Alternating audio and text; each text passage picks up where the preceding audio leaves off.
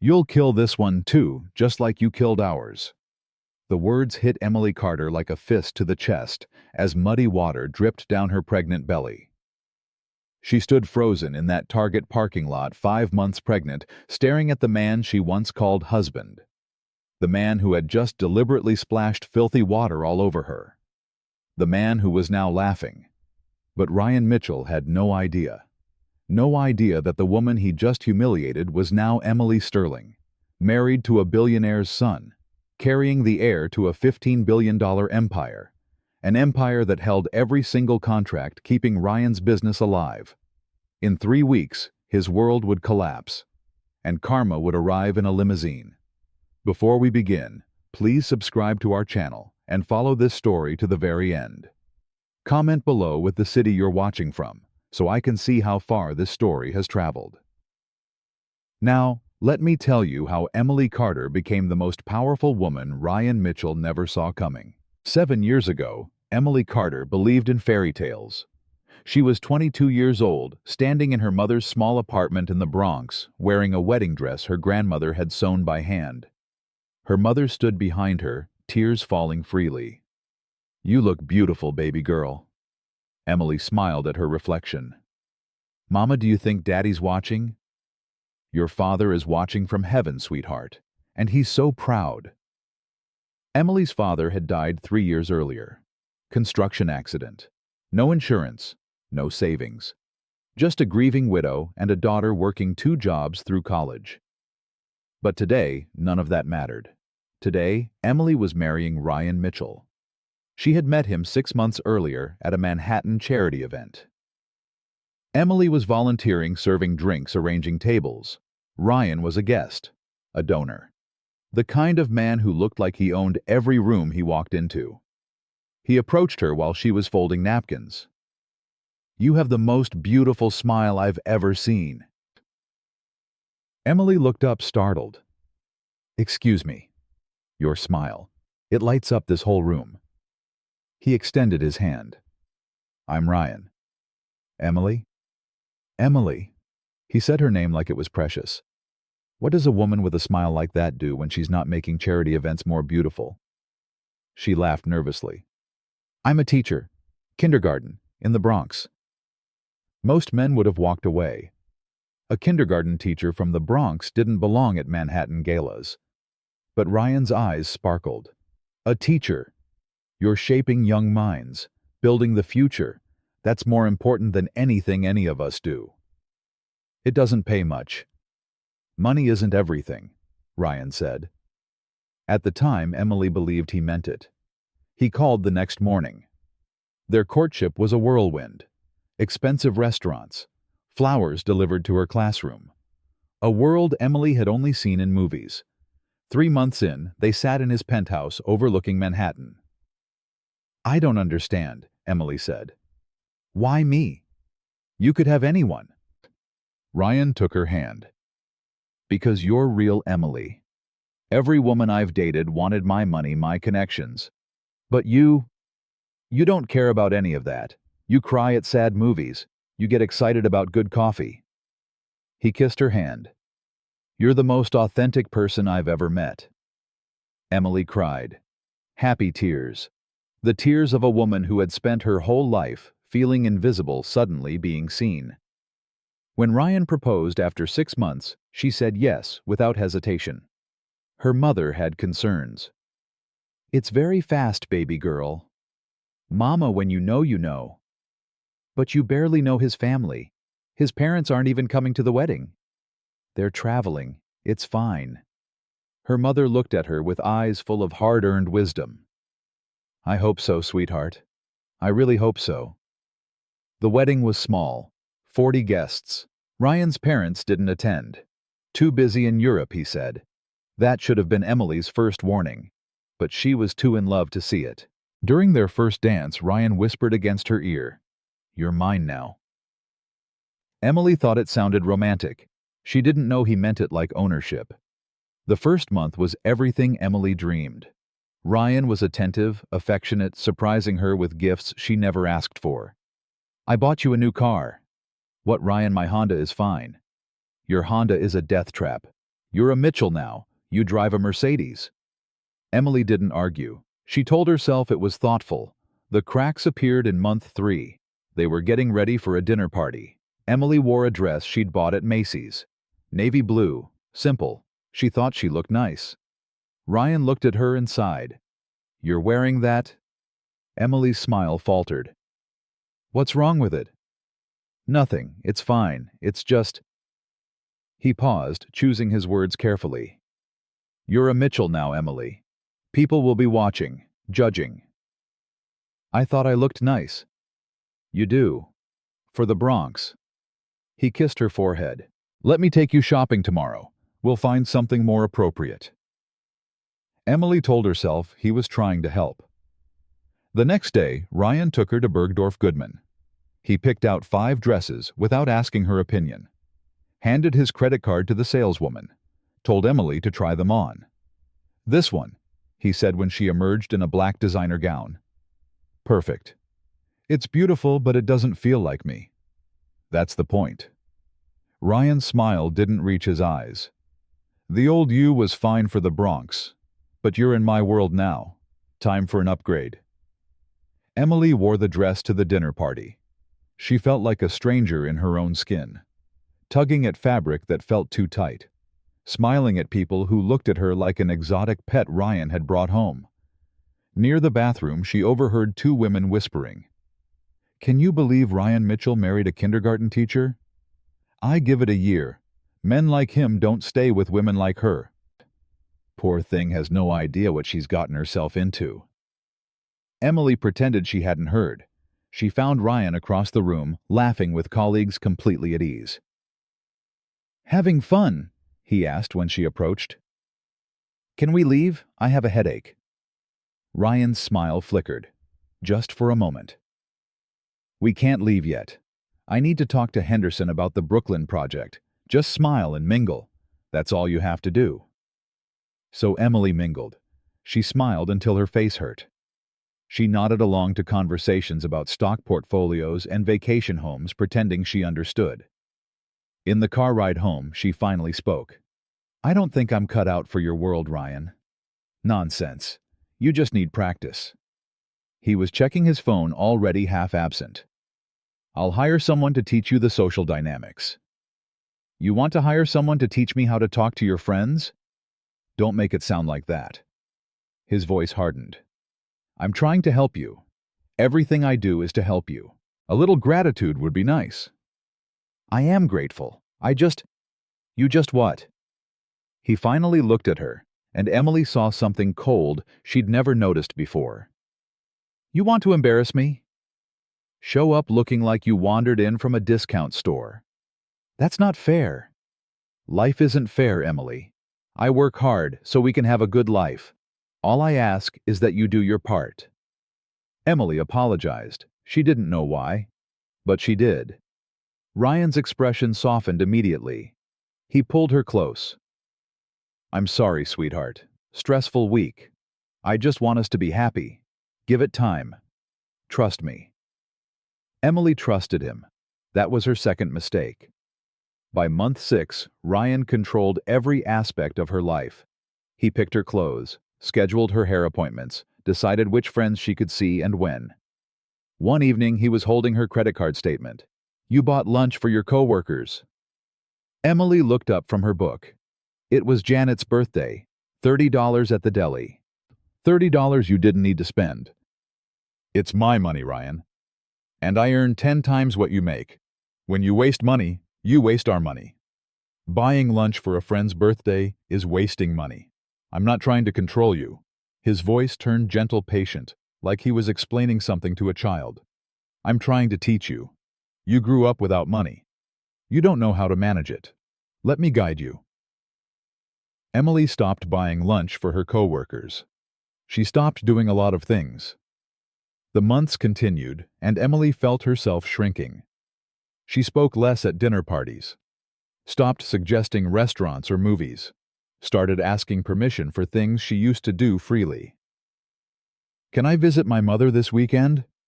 Of course, Ryan would say with that patient smile. You don't need to ask. But Emily knew she did. Because when she didn't ask, the punishment came. The cold shoulder, the silence, the look that said she had disappointed him. Her mother noticed the changes during one of their Sunday lunches. "You seem different, baby girl." "Different how?" "Quieter, smaller, like you're trying to disappear." Emily forced a laugh. "I'm fine, Mama, just tired." Her mother reached across the table and took her hand. "Emily, look at me." She waited until Emily met her eyes. "Are you happy?" The question hit Emily like a punch. Such a simple question.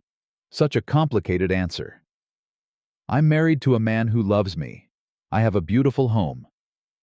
"That's not what I asked." Emily pulled her hand away. "I need to go. Ryan's expecting me." She left before her mother could ask more questions. Before she had to admit she didn't know the answer. Year 2 brought a shift. Ryan's comments became sharper. His patience disappeared entirely. "You're a Mitchell now. Start acting like it." "What does that mean?" "It means stop being so goddamn ordinary." Emily absorbed the blows, told herself it was stress. Work was demanding. She just needed to be more supportive. Then something happened that Emily thought would change everything. She got pregnant. She found out on a Tuesday morning. 2 pink lines on a plastic stick. She stared at them with tears streaming down her face. A baby. They were going to have a baby. Emily spent the day planning how to tell Ryan. She bought tiny baby shoes, made his favorite dinner, set the table with candles. When Ryan walked through the door, she was trembling with excitement. "I have something to tell you." He barely looked at her, scrolling through his phone, loosening his tie. "Can it wait, hell of a day?" "It can't wait." She handed him the box with the shoes. Ryan frowned, opened it, stared at the tiny shoes. Slowly understanding dawned. "You're pregnant." Emily nodded, tears falling. "We're going to have a baby. You're going to be a father." For one beautiful moment, Ryan transformed. The coldness melted. His eyes softened. "A baby," he whispered. "My heir." He pulled her into a hug. Emily sobbed against his chest. This would fix everything. A baby would bring them closer. "I'm going to give you the world," Ryan said. "Both of you." For a few weeks, he was the husband Emily had always wanted. He came home early, rubbed her feet, talked to her belly. "If it's a boy, we'll name him Ryan Jr. What if it's a girl? Something strong, something that commands respect." "I was thinking, Lily," Emily said softly. "After my grandmother." Ryan wrinkled his nose. "Lily, that's so ordinary." But Emily held on to the name in her heart. The attention didn't last. Soon the pregnancy became an inconvenience. "I need you at this dinner tonight." Emily was lying on the couch, a bucket beside her. Morning sickness that lasted all day. "Ryan, I've thrown up 6 times. I can barely stand." "It's just nausea. Women have been having babies for thousands of years. Push through it." "I can't." "The Hendersons will be there. $25 million deal. You can't show up for 2 hours." "I physically cannot do it." "Then you're weaker than I thought." He left for the dinner alone. Didn't speak to her for 3 days. As the pregnancy progressed, Ryan's interest faded. He stopped coming to appointments, stopped talking to the baby. One evening, Emily took his hand and placed it on her belly. "Can you feel her kick?" Ryan pulled away. "I'm busy." "Your daughter is moving inside me." "I said I'm busy." Emily sat alone, hand on her belly, tears streaming silently. At 6 months pregnant, she was reading to her kindergarten class when she felt the first cramp. Sharp, sudden, wrong. She paused mid-sentence. "Mrs. Mitchell, are you okay?" a student asked. "I'm fine, sweetie. Let me just—" Another cramp, stronger. She looked down and saw blood. Emily grabbed her phone, called Ryan. No answer. She called again, and again, and again, 17 times. The person you are trying to reach is unavailable. A parent found her collapsed in the hallway and drove her to the hospital. The doctors worked for hours. Emily lay on the bed, terrified, praying. "Please," she begged. "Please save my baby." At 4:47 p.m., Emily gave birth to a baby girl, 6 months old, 4 pounds 3 ounces, perfectly formed, silent. "I'm so sorry, Mrs. Mitchell," the doctor said. "We did everything we could." Emily didn't hear him. She was staring at her daughter's face. "Can I hold her?" They placed the baby in her arms. Emily looked at the tiny fingers, the dark wisps of hair, the face that would never smile. "Lily," she whispered. "Her name is Lily." She held her daughter and screamed until her throat was raw, until there was nothing left inside her but emptiness. Ryan arrived 8 hours later. 8 hours. He walked into the room in his suit, smelling like cologne and whiskey. He stood at the foot of the bed, uncomfortable, checking his phone. "The doctor called me. I came as fast as I could." 8 hours. Emily's voice was barely a whisper. "I called you 17 times. Our daughter was dying. I was in a meeting. $25 million. I couldn't just... Our daughter is dead." Ryan flinched. "I know, and I'm sorry, but these things happen. The doctor said so. Sometimes pregnancies don't work out." He shrugged. "We can try again." Emily stared at him. This man she had married. This man who had just reduced their daughter's death to a failed business deal. "Do you want to hold her?" Ryan's face twisted. "Hold who?" "Lily, your daughter." "Emily, she's..." He couldn't say it. "There's no point." "The point is, she existed.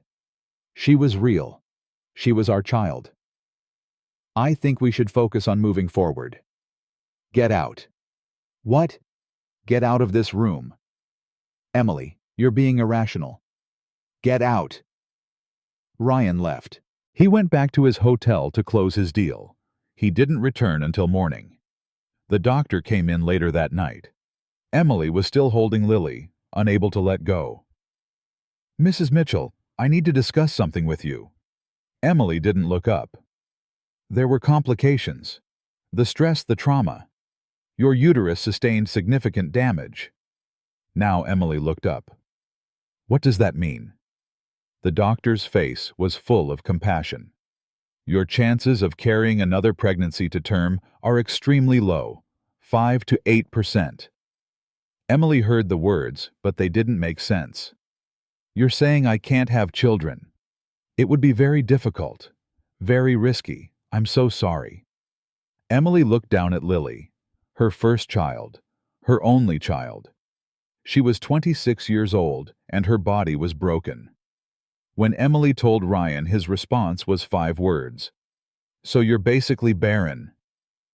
Emily felt the air leave her lungs. "What?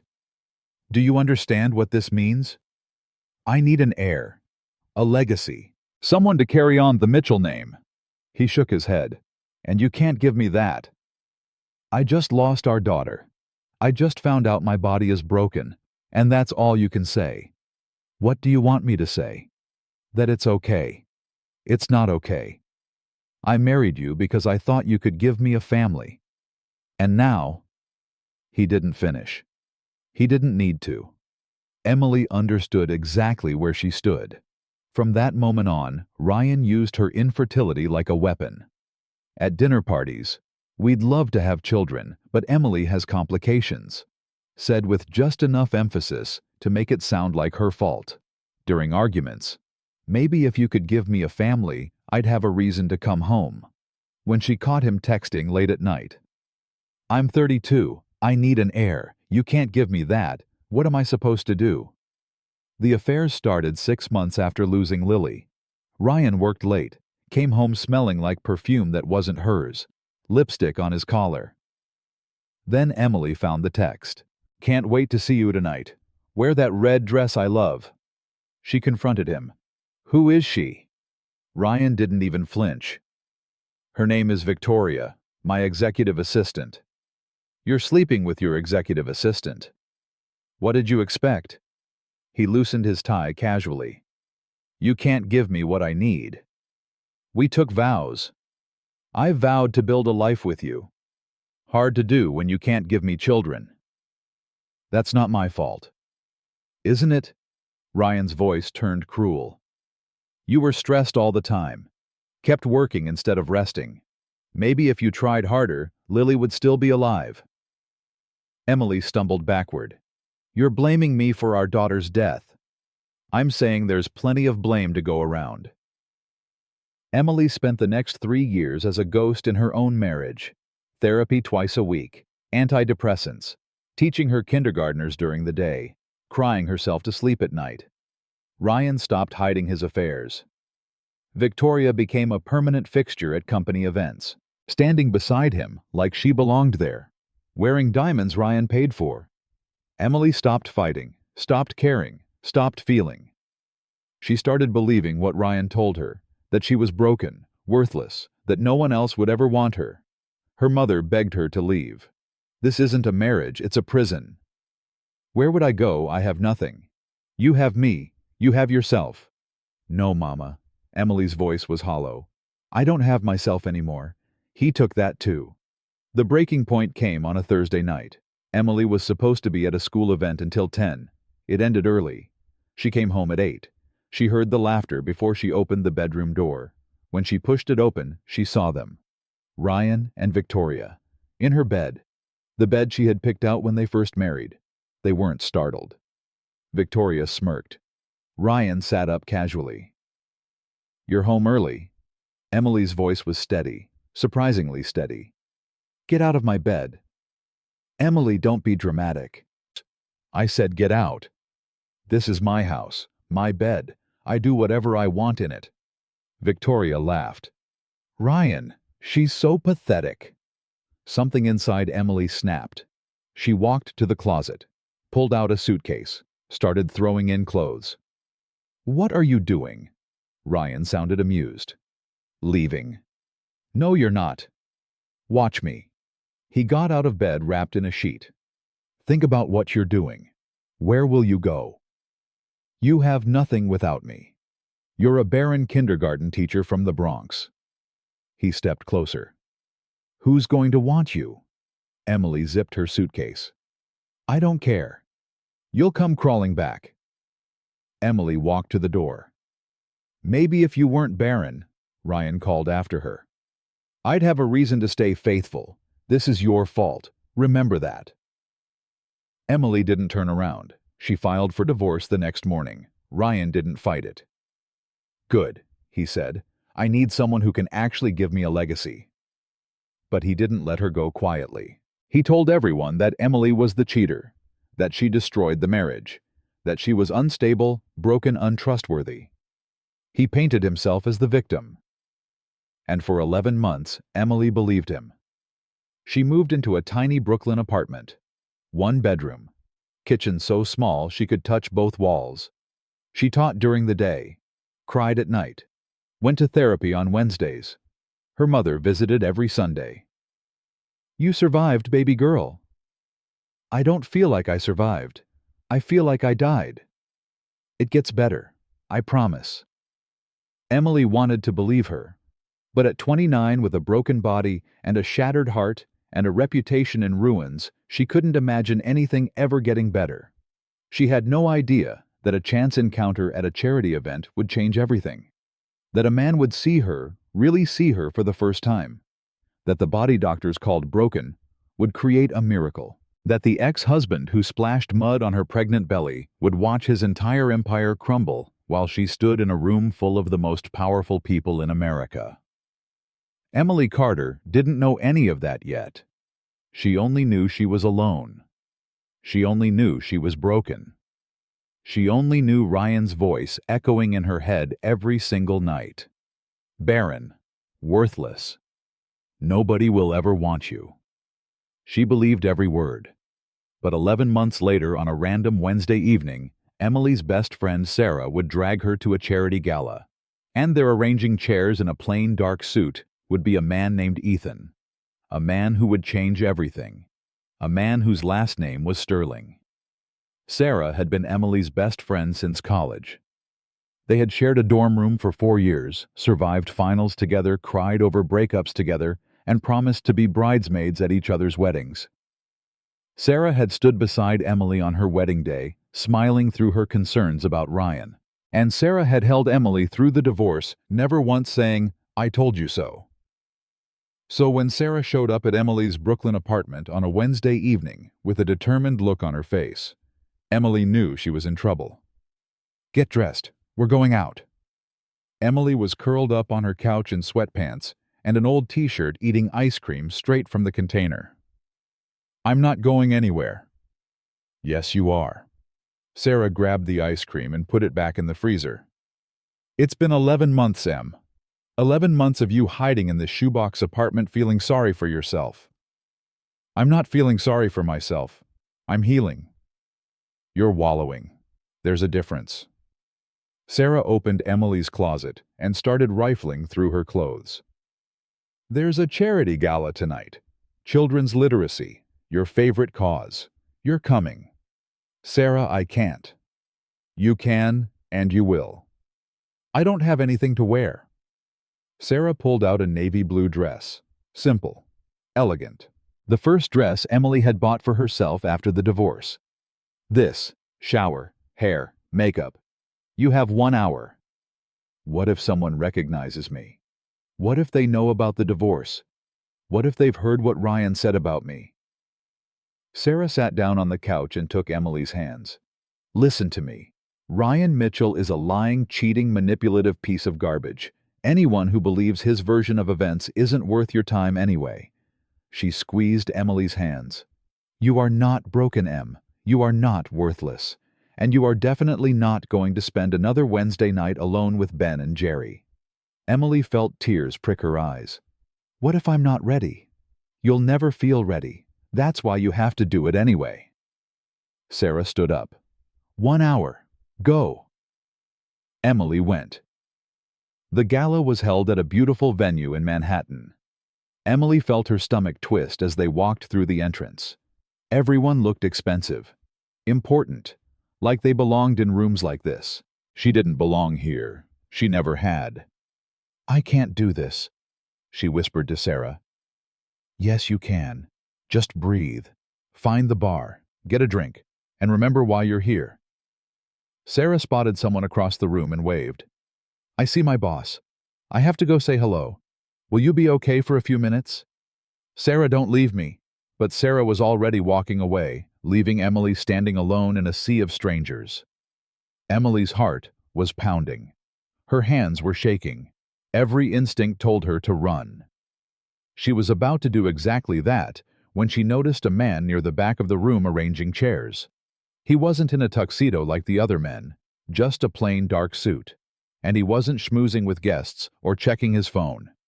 He was just quietly setting up straightening rows, making sure everything was perfect. Something about his quiet focus drew her in. Before she knew what she was doing, Emily walked over. "Do you need a hand?" The man looked up and smiled. It was a genuine smile. Warm. The kind that reached his eyes and made you feel like everything might be okay. "I'd love one, actually. I'm terrible at making these rows straight." Emily picked up a chair and positioned it carefully. "Like this?" "Perfect. You're clearly the expert here." She laughed. Actually laughed. The sound surprised her. She hadn't laughed in months. They worked in silence for a few minutes, arranging chairs side by side. It was comfortable. Easy. No pressure to perform or impress. "I'm Ethan, by the way," he said. "Emily." "So, Emily, what brings you to a children's literacy gala on a Wednesday night?" She expected the usual questions. What do you do? Where do you live? Who are you with? The questions that felt like job interviews disguised as small talk. But Ethan didn't ask any of those things. Instead, he said, "What's your favorite children's book?" Emily blinked, caught off guard. My favorite children's book. Yeah, everyone has one. That book from childhood that stays with you forever. Emily thought for a moment. Charlotte's Web. Really, why? Because it taught me that friendship doesn't have to make sense to be real, and that small creatures can do extraordinary things. She paused, surprised at her own honesty. What about you? Where the wild things are. Let me guess. You identified with Max. Ethan laughed. Guilty. I was a handful as a kid. My mom used to say I was born with too much energy and not enough patience. And did you ever find your wild things? I'm still looking. His eyes met hers. But I think the search is half the fun. They talked for 2 hours. About books, about teaching, about the magic of watching a child read their first full sentence, about the power of stories to heal broken hearts. Ethan listened. Really listened. Not the way Ryan used to listen, already formulating his response before she finished speaking. Ethan listened like her words mattered, like she mattered. So what do you do? Emily finally asked. When you're not arranging chairs at charity events. I work in the family business. Operations mostly. Boring stuff. What kind of family business? Holdings, investments, real estate. He shrugged like it was nothing. My father built it from the ground up. I'm just trying not to mess it up. That doesn't sound boring at all. Trust me, spreadsheets and board meetings aren't exactly thrilling. He smiled. But enough about me. Tell me more about your kindergartners. What's the most ridiculous thing a 5-year-old has ever said to you? Emily found herself telling him about Tommy, who announced to the class that his mother was an alien from Jupiter. About Maya, who brought her pet goldfish for show and tell, and accidentally flushed it down the classroom toilet in a panic. About Jackson, who proposed marriage to her every single Monday morning for an entire semester. Ethan laughed at every story. Not polite laughter. Real laughter. The kind that made his whole face light up. When Sarah finally found Emily 2 hours later, she looked shocked. There you are. I've been looking everywhere. Are you ready to go? Emily glanced at Ethan. She wasn't ready. For the first time in 11 months, she wasn't ready for an evening to end. Actually, Sarah, this is Ethan. Ethan, my best friend, Sarah. Ethan shook Sarah's hand. Nice to meet you. Your friend has been telling me about the wild world of kindergarten teaching. I had no idea it was so dangerous. Sarah raised an eyebrow at Emily, a look that said we are definitely talking about this later. It's getting late, Emily said reluctantly. I should probably go. Can I give you my number? Ethan asked. I'd love to continue this conversation. Maybe over coffee. Emily hesitated. Her hand went instinctively to her stomach, a habit she'd developed after losing Lily. A protective gesture over a wound that never healed. I'm not really ready for... She trailed off, not sure how to finish. Just coffee, Ethan said gently. As friends who both think Charlotte's Web is criminally underrated as literature. Emily smiled despite herself. She gave him her number. She didn't expect him to call. He called the next morning. They met for coffee 3 days later at a small cafe in Brooklyn. Ethan was already there when Emily arrived, sitting at a corner table with 2 cups in front of him. I didn't know how you take your coffee, so I got 1 black and 1 with everything. Everything. Cream, sugar, vanilla, the works. He grinned. I figured we'd cover all the bases. Emily sat down and reached for the black coffee. I'm a purist. Noted for future reference. They talked for 3 hours. The cafe closed around them. The barista had to ask them to leave. Same time next week, Ethan asked as they walked out into the cool evening air. Emily nodded before she could talk herself out of it. Coffee became dinner. Dinner became long walks through Central Park. Central Park became weekends at museums and bookstores and hole-in-the-wall restaurants that Ethan somehow knew about. Ethan never pushed, never demanded, never asked for more than Emily could give. When she told him about her divorce, he didn't ask for details. Do you want to talk about it? Not really, not yet. Okay. That was it. No pressure, no judgment, just acceptance. When she finally told him about Lily, about the miscarriage, about being told she was barren, Emily expected him to pull away, to make excuses, to suddenly become too busy. Instead, Ethan took her hand across the table and held it. I'm so sorry, Emily. The doctors said I probably can't have children. My ex-husband said I was broken, that no one would ever want me. She waited for him to let go of her hand, to confirm everything Ryan had told her. But Ethan's grip only tightened. Your ex-husband is an idiot. Ethan. No, listen to me. His voice was fierce. You are not broken. You lost a child. You survived a trauma that would destroy most people. And you're still here. Still teaching. Still caring about kids who aren't even yours. That's not broken. That's extraordinary. Emily started crying. Right there in the middle of the restaurant, tears streaming down her face. I'm sorry, she said, reaching for a napkin. I don't know why Don't apologize. Ethan moved to sit beside her, wrapping his arm around her shoulders. Never apologize for feeling. They sat like that for a long time, Emily crying, Ethan holding her, the restaurant buzzing around them like they were in their own private bubble. 4 months into dating, Ethan invited Emily to meet his father. There's something I need to tell you first, he said. They were sitting on a bench in Central Park. It was a beautiful fall day, leaves turning gold and red around them. Emily's stomach dropped. Here it comes, she thought. He's married. He's moving. He doesn't want this anymore. Okay, she said carefully. What is it? Ethan took a deep breath. My last name is Sterling. Emily frowned. Okay. Ethan Sterling. That's a nice name. My father is William Sterling. The name hit Emily like ice water. William Sterling. The William Sterling. Billionaire. Owner of Sterling Global Holdings. $15 billion. Buildings across America with his name on them. Government contracts. Media holdings. One of the most powerful men in the country. Emily had seen his face on magazine covers, in newspaper articles, on television. Wait. She pulled back, staring at Ethan. You're William Sterling's son. Yes. The William Sterling. Yes. Emily stood up. Her heart was racing. Her hands were shaking. Why didn't you tell me? Because I wanted you to know me. Ethan stood up too, reaching for her hands. Not my last name, not my father's money. Just me. 4 months, Ethan. 4 months, and you never mentioned that your family is worth $15 billion. Because it doesn't matter.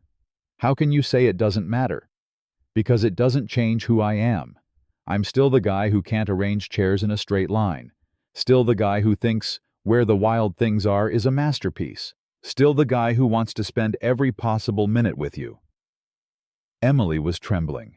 Memories of Ryan flooded back. The money, the power, the way he used it to control her, to diminish her, to make her feel worthless. I can't do this again, she whispered. I can't be with someone who lives in that world. Emily, I'm not Ryan. She flinched at the name. I know about him, Ethan said softly. I know what he did to you, and I know why you're scared, but I am not him. How do you know about Ryan? Because I did my research. After we met, I wanted to know who had hurt you so badly that you couldn't even accept a compliment without looking like you expected to be hit.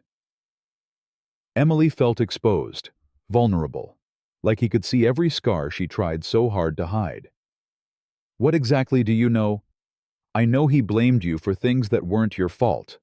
I know he made you feel small. I know he cheated on you and then told everyone it was the other way around. Ethan stepped closer. And I know he was a fool. Because anyone who couldn't see how incredible you are doesn't deserve to breathe the same air as you. Emily's tears were falling freely now. I'm scared, she admitted. I'm so scared. I know. Ethan cupped her face in his hands, wiping her tears with his thumbs. But I'm asking you to give me a chance. Give us a chance. Let me prove that not all men are like him. What if you hurt me? Then you have full permission to key my car and burn all my clothes. Despite everything, Emily laughed. I'm serious, Ethan said, but he was smiling. I have really nice clothes. It would be devastating. You're ridiculous. And yet you're still here. He took her hand. Come meet my father. If you still want to run after that, I'll understand. Emily didn't want to run. For the first time in over a year, she wanted to stay. They drove to William Sterling's estate in Connecticut. It was massive, imposing, the kind of property that had its own zip code. Emily felt her anxiety spike as they pulled through the gates. I don't belong here. You belong wherever I am, Ethan said firmly. And right now that's here. William Sterling met them at the door. He was tall, with silver hair and kind eyes that reminded Emily of Ethan's. But there was something else in those eyes, too. A sharpness, an intelligence. The look of a man who had built an empire through sheer force of will. So this is Emily. William extended his hand. My son has told me a lot about you. All good things, I hope. Emily said, her voice shakier than she wanted. He told me you're a kindergarten teacher. Yes, sir. And that you think Charlotte's Web is the greatest piece of American literature. Emily glanced at Ethan, who was grinning. I may have been exaggerating slightly, she said. No, you weren't. William smiled, and suddenly he didn't seem so intimidating. E.B. White was a genius. Most people are too pretentious to admit it. Dinner was surprisingly comfortable. William asked about Emily's students, her favorite books, her teaching philosophy. He didn't ask about her family's money or her connections or what she could bring to the Sterling name. He asked about her. After dinner, Ethan excused himself to take a phone call, leaving Emily alone with William. My son is different around you, William said. Different how? Lighter, happier, more himself. William leaned back in his chair. Ethan has spent his whole life surrounded by people who want something from him. His money, his connections, his name. It's made him careful, guarded. I don't want any of those things, Emily said quietly. I know. That's why he loves you. Emily's heart stopped. He hasn't said that. He doesn't need to. I've never seen my son look at anyone the way he looks at you. William's eyes grew serious. He told me about your ex-husband. Emily stiffened. Did he? Only the basics, that he was cruel, that he hurt you, that he made you believe lies about yourself. Mr. Sterling, William. Emily took a breath. I need you to know something. I can't have children, or at least the doctors say it's very unlikely. If you're expecting me to give your son an heir, I'm expecting you to give my son happiness, William interrupted. That's all any parent wants for their child.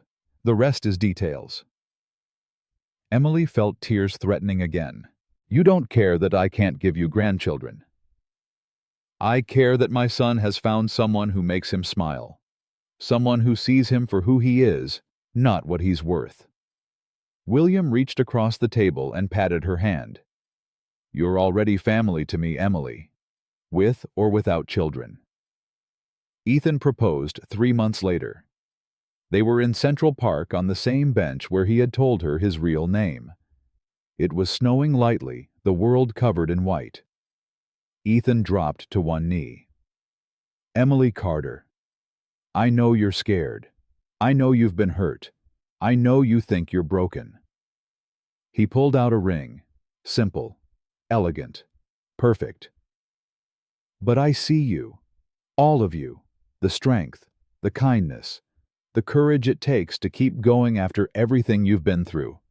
And I want to spend the rest of my life proving to you that you deserve to be loved. Completely, unconditionally, forever. Emily was crying. She couldn't help it. Is that a yes? Ethan asked, his voice hopeful. Yes. The word came out as a sob. Yes, 1,000 times yes. Ethan slid the ring onto her finger and pulled her into a kiss. Snow fell around them. Strangers applauded. And Emily felt something she hadn't felt in years. Hope. The wedding was small. 40 people. Mostly family. Emily wore a dress she chose herself, a simple white gown that made her feel beautiful without trying too hard. Her mother cried through the entire ceremony. "Your father would be so proud," she whispered. William Sterling insisted on walking Emily down the aisle. "You're my daughter now," he said as they approached Ethan. "Not my daughter-in-law, my daughter." Emily's tears ruined her makeup. She didn't care. Ryan Mitchell never knew about the wedding.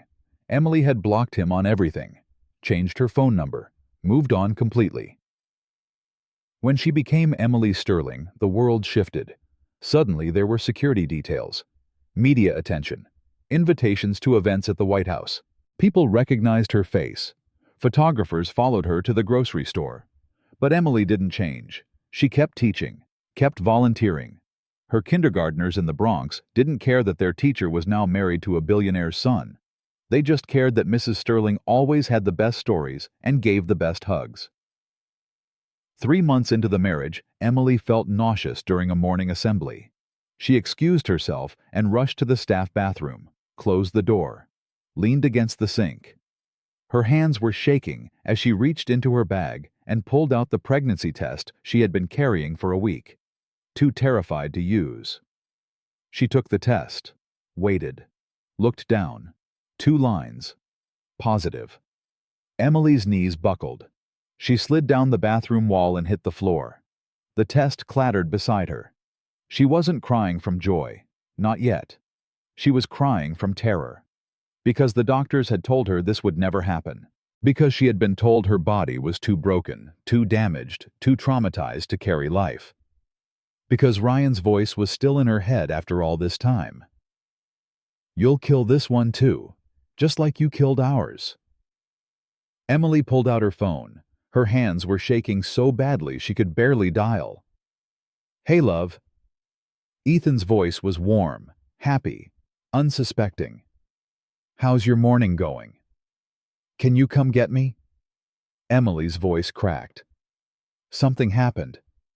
"What? What's wrong? Are you hurt?" "I'm not hurt. I need you." "I'm on my way."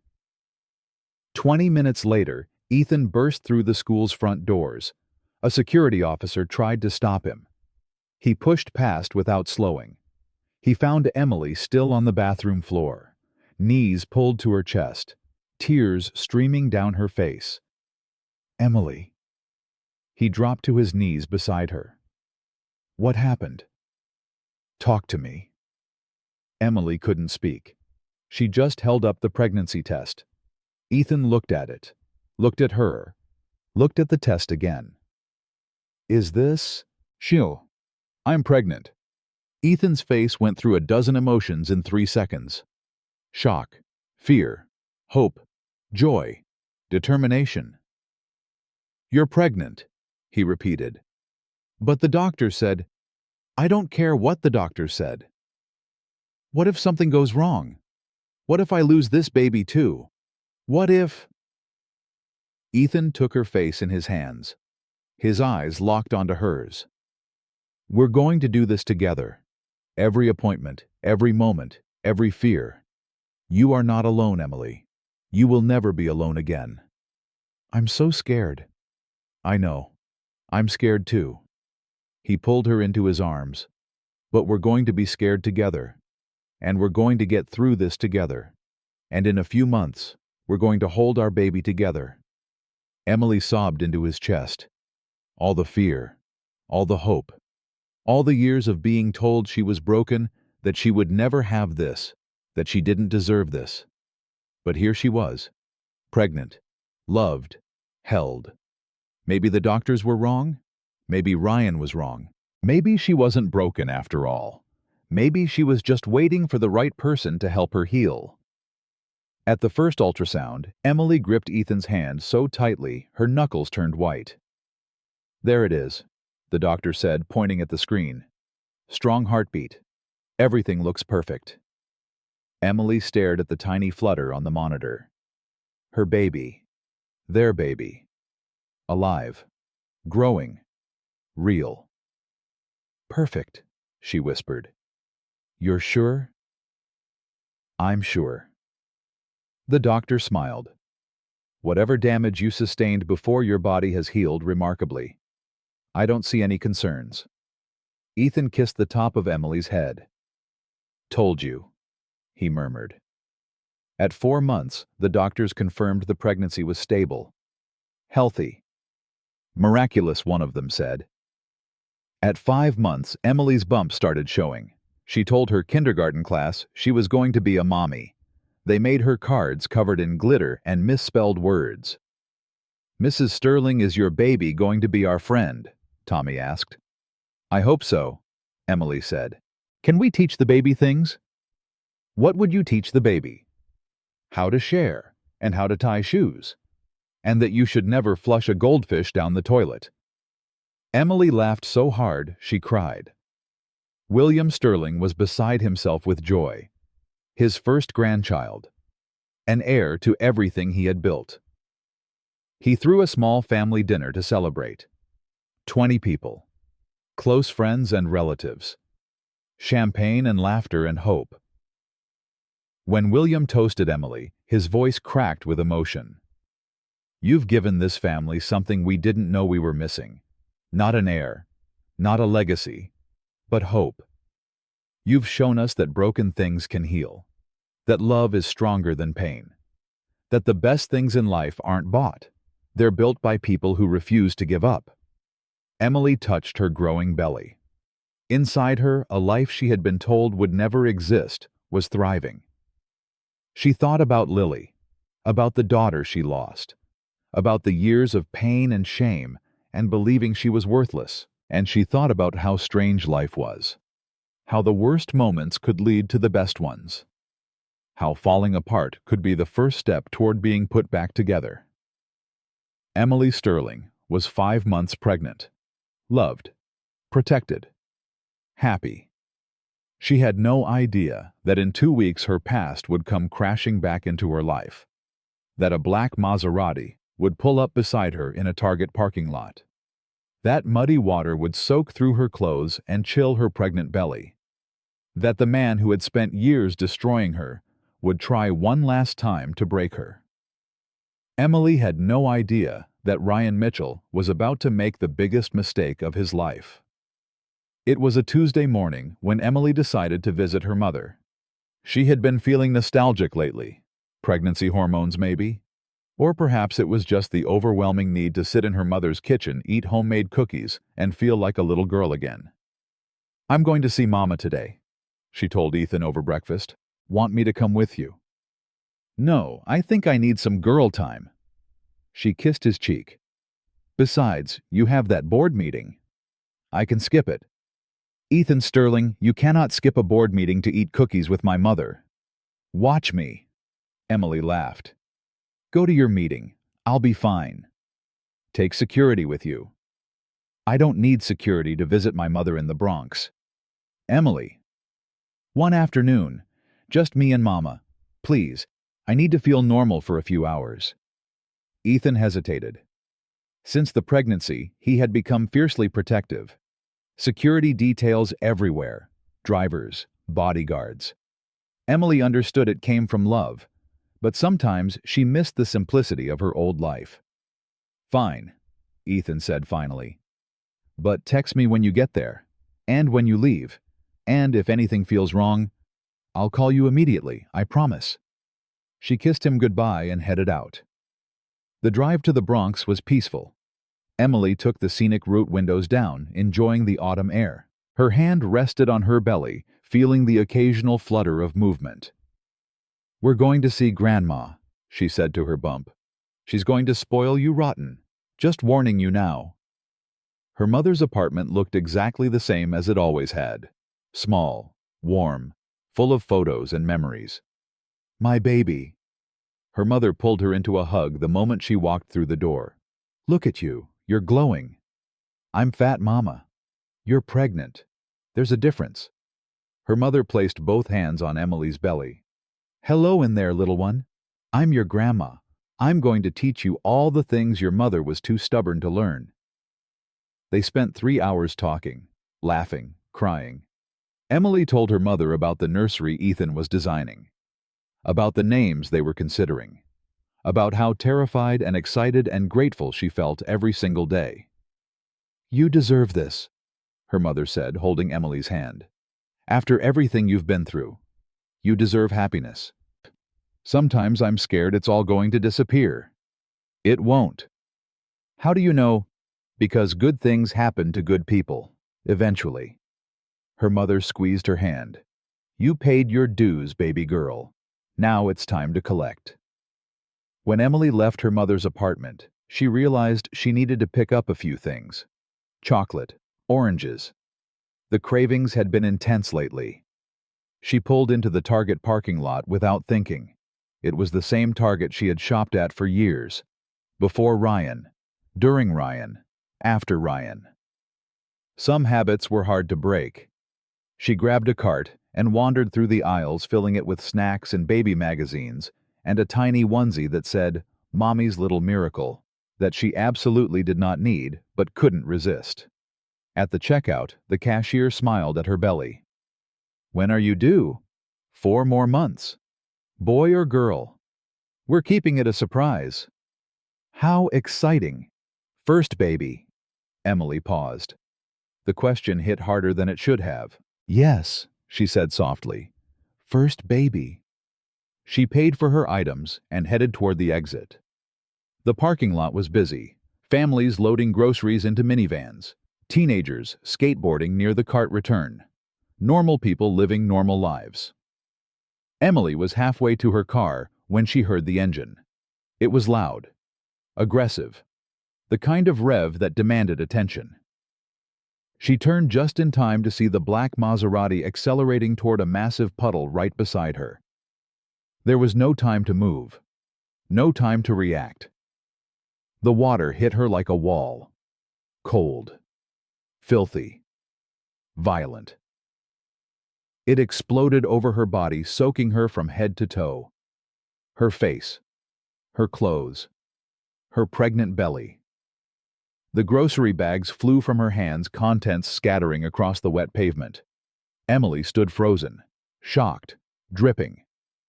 The Maserati stopped. The window rolled down, and Emily saw him. Ryan. That face, those eyes, that smile she used to think was charming, but now recognized as pure cruelty. "Oh my God." Ryan's voice was thick with delight. "Emily, is that you?" Emily couldn't speak, couldn't move, could barely breathe. "It is you." Ryan laughed. Actually laughed. "Vanessa, look, it's my ex-wife." Victoria leaned over from the passenger seat. Designer sunglasses, designer handbag, designer sneer. "That's your ex, seriously. In the flesh." Ryan looked Emily up and down like she was something he had scraped off his shoe. "Still shopping at Target, still living that budget life. Some things never change, huh?" Emily's hands went instinctively to her belly, protecting, shielding. Ryan's eyes followed the movement, his smile widened. "Wait, are you pregnant?" Emily said nothing. "Oh my God." Ryan's laughter turned vicious. "Victoria, look at this. Some desperate fool actually knocked up my barren ex-wife." "Ryan, don't." Emily's voice came out as a whisper. "Don't what?" "Don't tell the truth."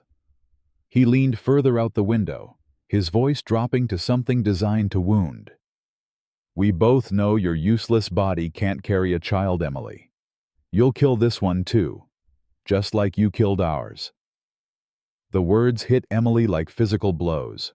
Her vision blurred, not from the muddy water, from the memories flooding back. The hospital room, Lily's tiny body, Ryan's voice saying these things happen. "What idiot agreed to get you pregnant anyway?" Ryan continued. "Does he know you're defective? Did you warn him that you're basically a broken incubator? Stop. Emily's voice cracked. Or what? You'll cry. Ryan mocked a sad face. Poor little Emily, still playing the victim, still pretending you're not the reason everything went wrong. Victoria was laughing now too. That high-pitched, cruel laugh that Emily remembered from the night she found them in her bed. Ryan? She looks miserable enough already. Does she? I think she looks exactly like what she is. Ryan caught Emily's eyes. Ordinary. A failure. A woman nobody wanted until some desperate man settled. Emily felt tears mixing with the muddy water on her face. She wanted to run, wanted to scream, wanted to tell him exactly who she was now. But her voice wouldn't work. Her body wouldn't move. She was 22 again, standing in Ryan's shadow, believing every terrible thing he said about her. You know what the funniest part is? Ryan's voice was casual now, conversational, like he was discussing the weather. I always wondered what happened to you after the divorce. Figured you'd end up exactly where you started. Poor, pathetic, alone. He gestured at her soaked clothes, her scattered groceries, her trembling hands. And look at that. I was right. You don't know anything about my life. I know enough. I know you're standing in a parking lot looking like a drowned rat. I know you're pregnant with some nobody's baby. I know you'll probably lose it just like you lost ours. Ryan revved his engine. Face it, Emily. You were born ordinary. You'll die ordinary. And nothing you do will ever change that. Emily's hands were shaking so badly she could barely feel them.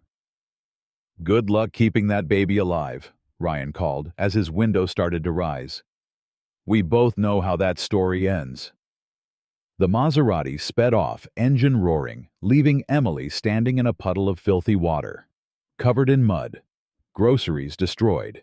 Dignity shattered. People were staring. Some looked concerned. Some looked uncomfortable. One teenager had his phone out filming. Emily didn't notice any of them. She stood there for what felt like hours. Minutes. Seconds. Time had stopped making sense. Finally, she pulled out her phone. Her fingers left muddy prints on the screen. She could barely see through her tears. She dialed Ethan's number. He answered on the first ring. Hey, love. How was your mom? Can you pick me up? Emily's voice didn't sound like her own. Something happened. What? What's wrong? Are you hurt? Is the baby? I'm not hurt. The baby's fine. She broke down, right there in the parking lot, sobbing so hard she couldn't form words. Emily, listen to me. Where are you? Target, the one near Mama's house. I'm coming. Stay right there. I'm coming. He hung up. Emily lowered herself onto the curb. She couldn't stand anymore. Her legs wouldn't hold her. She wrapped her arms around her belly and cried. 20 minutes later, a black SUV with tinted windows screeched into the parking lot. 2 security officers jumped out first, scanning the area with professional intensity. Then Ethan emerged. He saw Emily sitting on the curb, covered in mud, shaking, crying. His face went from concern to something Emily had never seen before. Something cold, dangerous, lethal. He crossed the parking lot in 5 strides and dropped to his knees beside her. Emily, look at me. She looked up. His face swam through her tears. Who did this, Ethan? Who did this to you? My ex-husband. The words came out broken. Ryan. He drove by and... the puddle. He said... She couldn't finish. The sobs took over. Ethan pulled off his jacket and wrapped it around her shoulders. His hands were gentle, but his jaw was clenched so tight, Emily could see the muscle twitching. What did he say? He said I would kill this baby, like I killed ours. He said I was broken, defective, that no one would ever want me. Ethan's eyes darkened. He said that, to you while you're pregnant. Emily nodded, and he splashed you with mud deliberately. Another nod. Ethan stood up, He walked a few steps away. Emily watched him pull out his phone and make a call. Michael, I need everything on Ryan Mitchell. Everything. Business holdings, contracts, debts, partners, affairs. I want to know what he had for breakfast. A pause. Yes, now. And find me that video. He hung up and made another call. Dad, we have a situation. Emily couldn't hear what William said, but she saw Ethan's expression harden further. Ryan Mitchell, Emily's ex-husband. He just deliberately humiliated her in a parking lot, splashed mud on her, told her she'd kill our baby. Ethan's voice was ice. I want him destroyed. He hung up and returned to Emily. Can you stand? I think so. He helped her to her feet, keeping his arm firmly around her waist. Led her to the SUV. Helped her inside. Take us home, he told the driver. They rode in silence for several minutes. Emily stared out the window, still shaking. I'm sorry, she finally said. Ethan looked at her sharply. Why are you apologizing? I should have taken security. I should have... Stop. This is not your fault.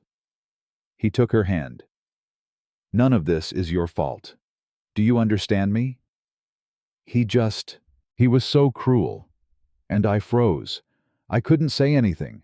I couldn't defend myself. I just stood there like someone who was ambushed by their abuser. Ethan's voice softened. Emily, you did nothing wrong. He's the monster, not you. He doesn't know. Doesn't know who I am now, who I married. He thinks I'm still the same pathetic woman he divorced. Something shifted in Ethan's expression, a spark of something that looked almost like satisfaction. Good. Good? Let him think that. Let him believe you're still nobody. Ethan's smile was cold. It'll make what comes next so much sweeter. What comes next? You'll see. By the time they reached home, Emily's phone was exploding. Sarah had texted 14 times. Her mother had called 3 times. Numbers she didn't recognize were filling her voicemail. What's happening? Emily asked. Ethan took her phone and scrolled through the notifications. His expression remained neutral. The video went viral. What video? He handed her the phone. Someone had uploaded the footage from the parking lot. The teenager with his phone out. He had captured everything. Ryan's Maserati, the splash, Emily's shocked face, the entire conversation. The title read, Rich Jerk Splashes Mud on Pregnant Woman. It had 12 million views. The comments were a flood of outrage. Who does this to a pregnant woman? That's assault. She should press charges. Someone needs to identify this guy. That poor woman. She looks devastated. What kind of monster says those things? Emily scrolled in disbelief. 12 million people had watched her worst moment. 12 million people had seen her humiliated. 12 million people knew her face. Then she saw the comment that changed everything. Wait, I recognize her. That's Emily Sterling, William Sterling's daughter-in-law. I saw her at a charity event last month. And underneath that comment, a news link. She clicked it. The headline made her gasp. Breaking real estate developer Ryan Mitchell caught on video humiliating billionaire's pregnant daughter-in-law. The article was everywhere. CNN, Fox News, The New York Times. Every major outlet had picked up the story. Ryan Mitchell's face was plastered across the internet alongside the most unflattering screenshots from the video. His cruel smile, his laughing expression, his total lack of humanity. Emily's phone rang. Sarah. Oh my God, are you okay? I just saw the video. I'm coming over right now. Sarah, I'm fine. I'm home. Ethan's with me. That bastard. That absolute bastard. I always knew he was garbage, but this is a new low. I know. The whole internet is destroying him right now. Have you seen Twitter? His company's stock is already dropping. People are calling for boycotts. Emily looked at Ethan. He was on the phone again, speaking in low tones, his expression unreadable. I have to go, Sarah. I'll call you later. She hung up. Ethan ended his call at the same time. That was my father. What did he say? He made 3 phone calls. To whom?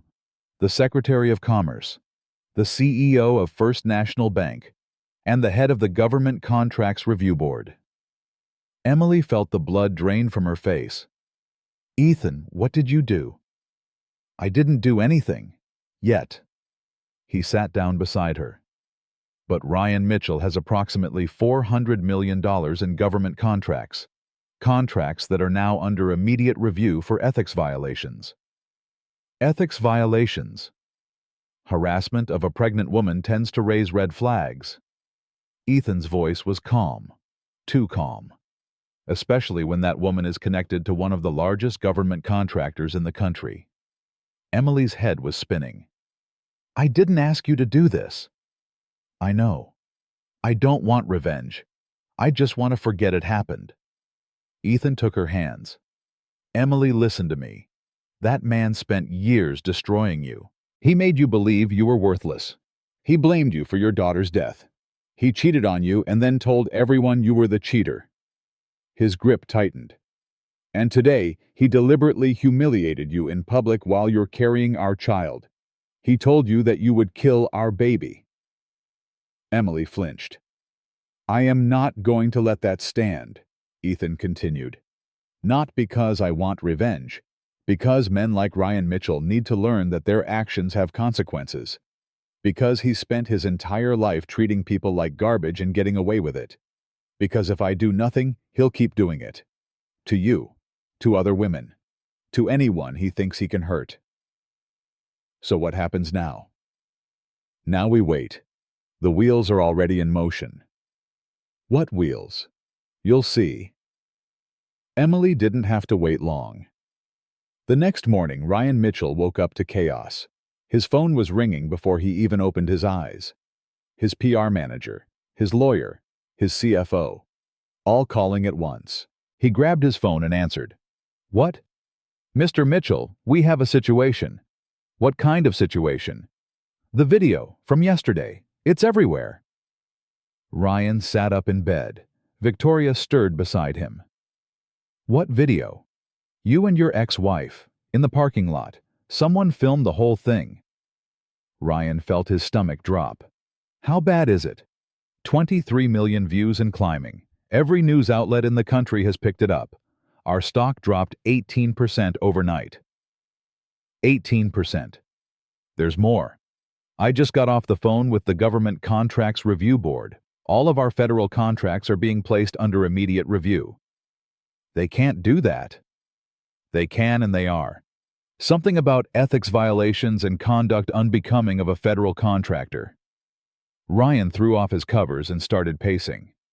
This is ridiculous. I splashed some water on my ex-wife. It was a joke.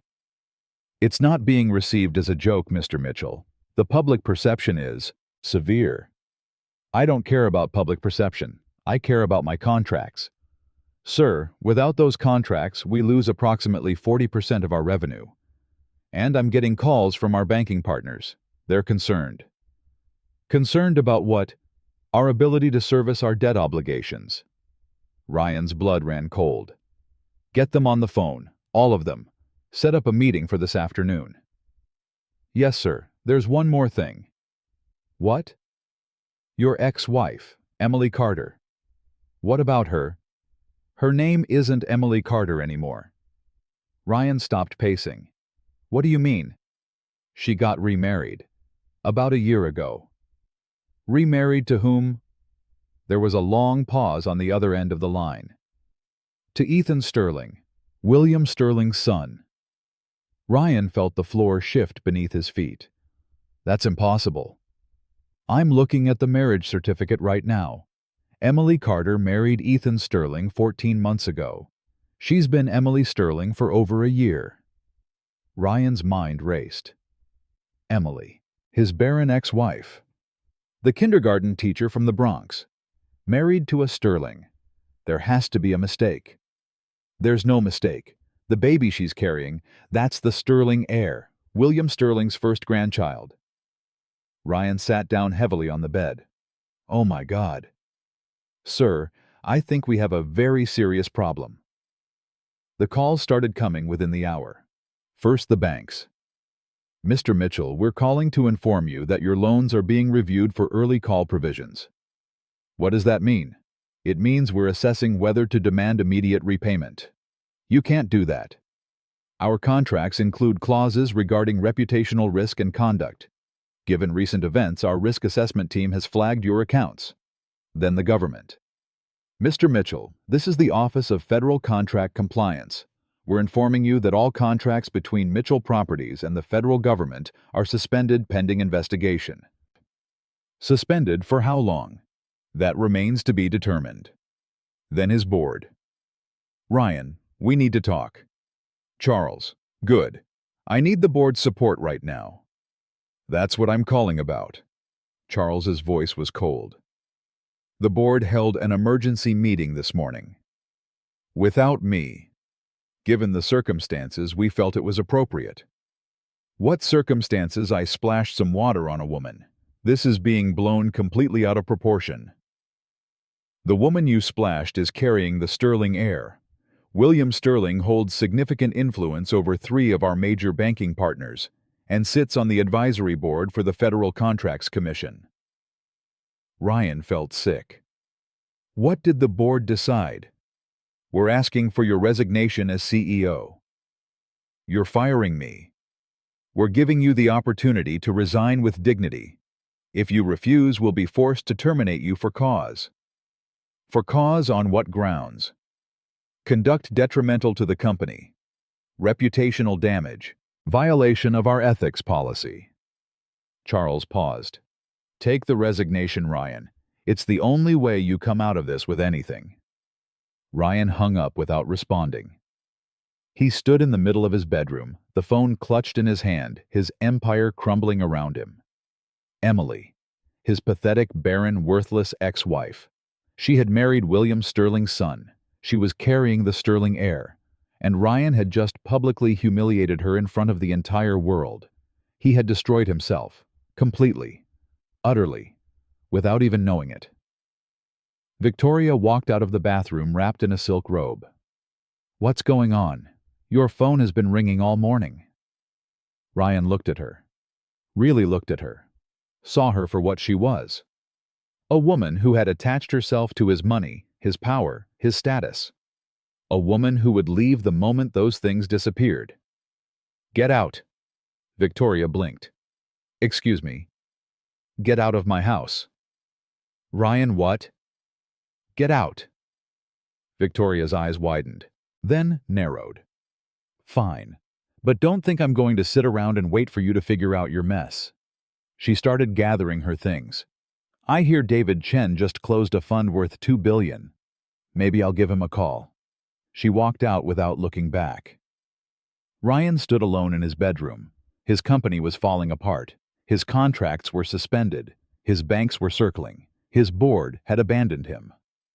And somewhere across the city, Emily Sterling was probably sitting in a mansion surrounded by security, carrying a baby worth more than everything Ryan had ever built.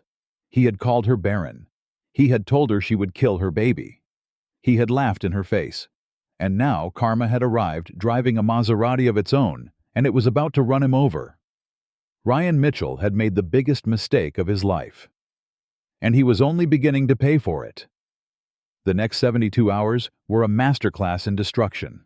Ryan Mitchell watched helplessly as everything he had built over 15 years collapsed like a house of cards in a hurricane.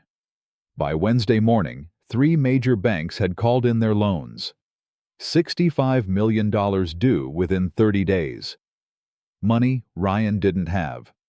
Money that was tied up in properties and developments and contracts that no longer existed.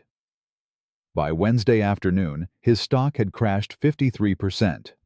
Board members were resigning. Investors were fleeing. His name had become toxic. By Wednesday evening, Ryan sat alone in his penthouse, surrounded by empty whiskey glasses, staring at his phone as it rang and rang with calls he couldn't answer.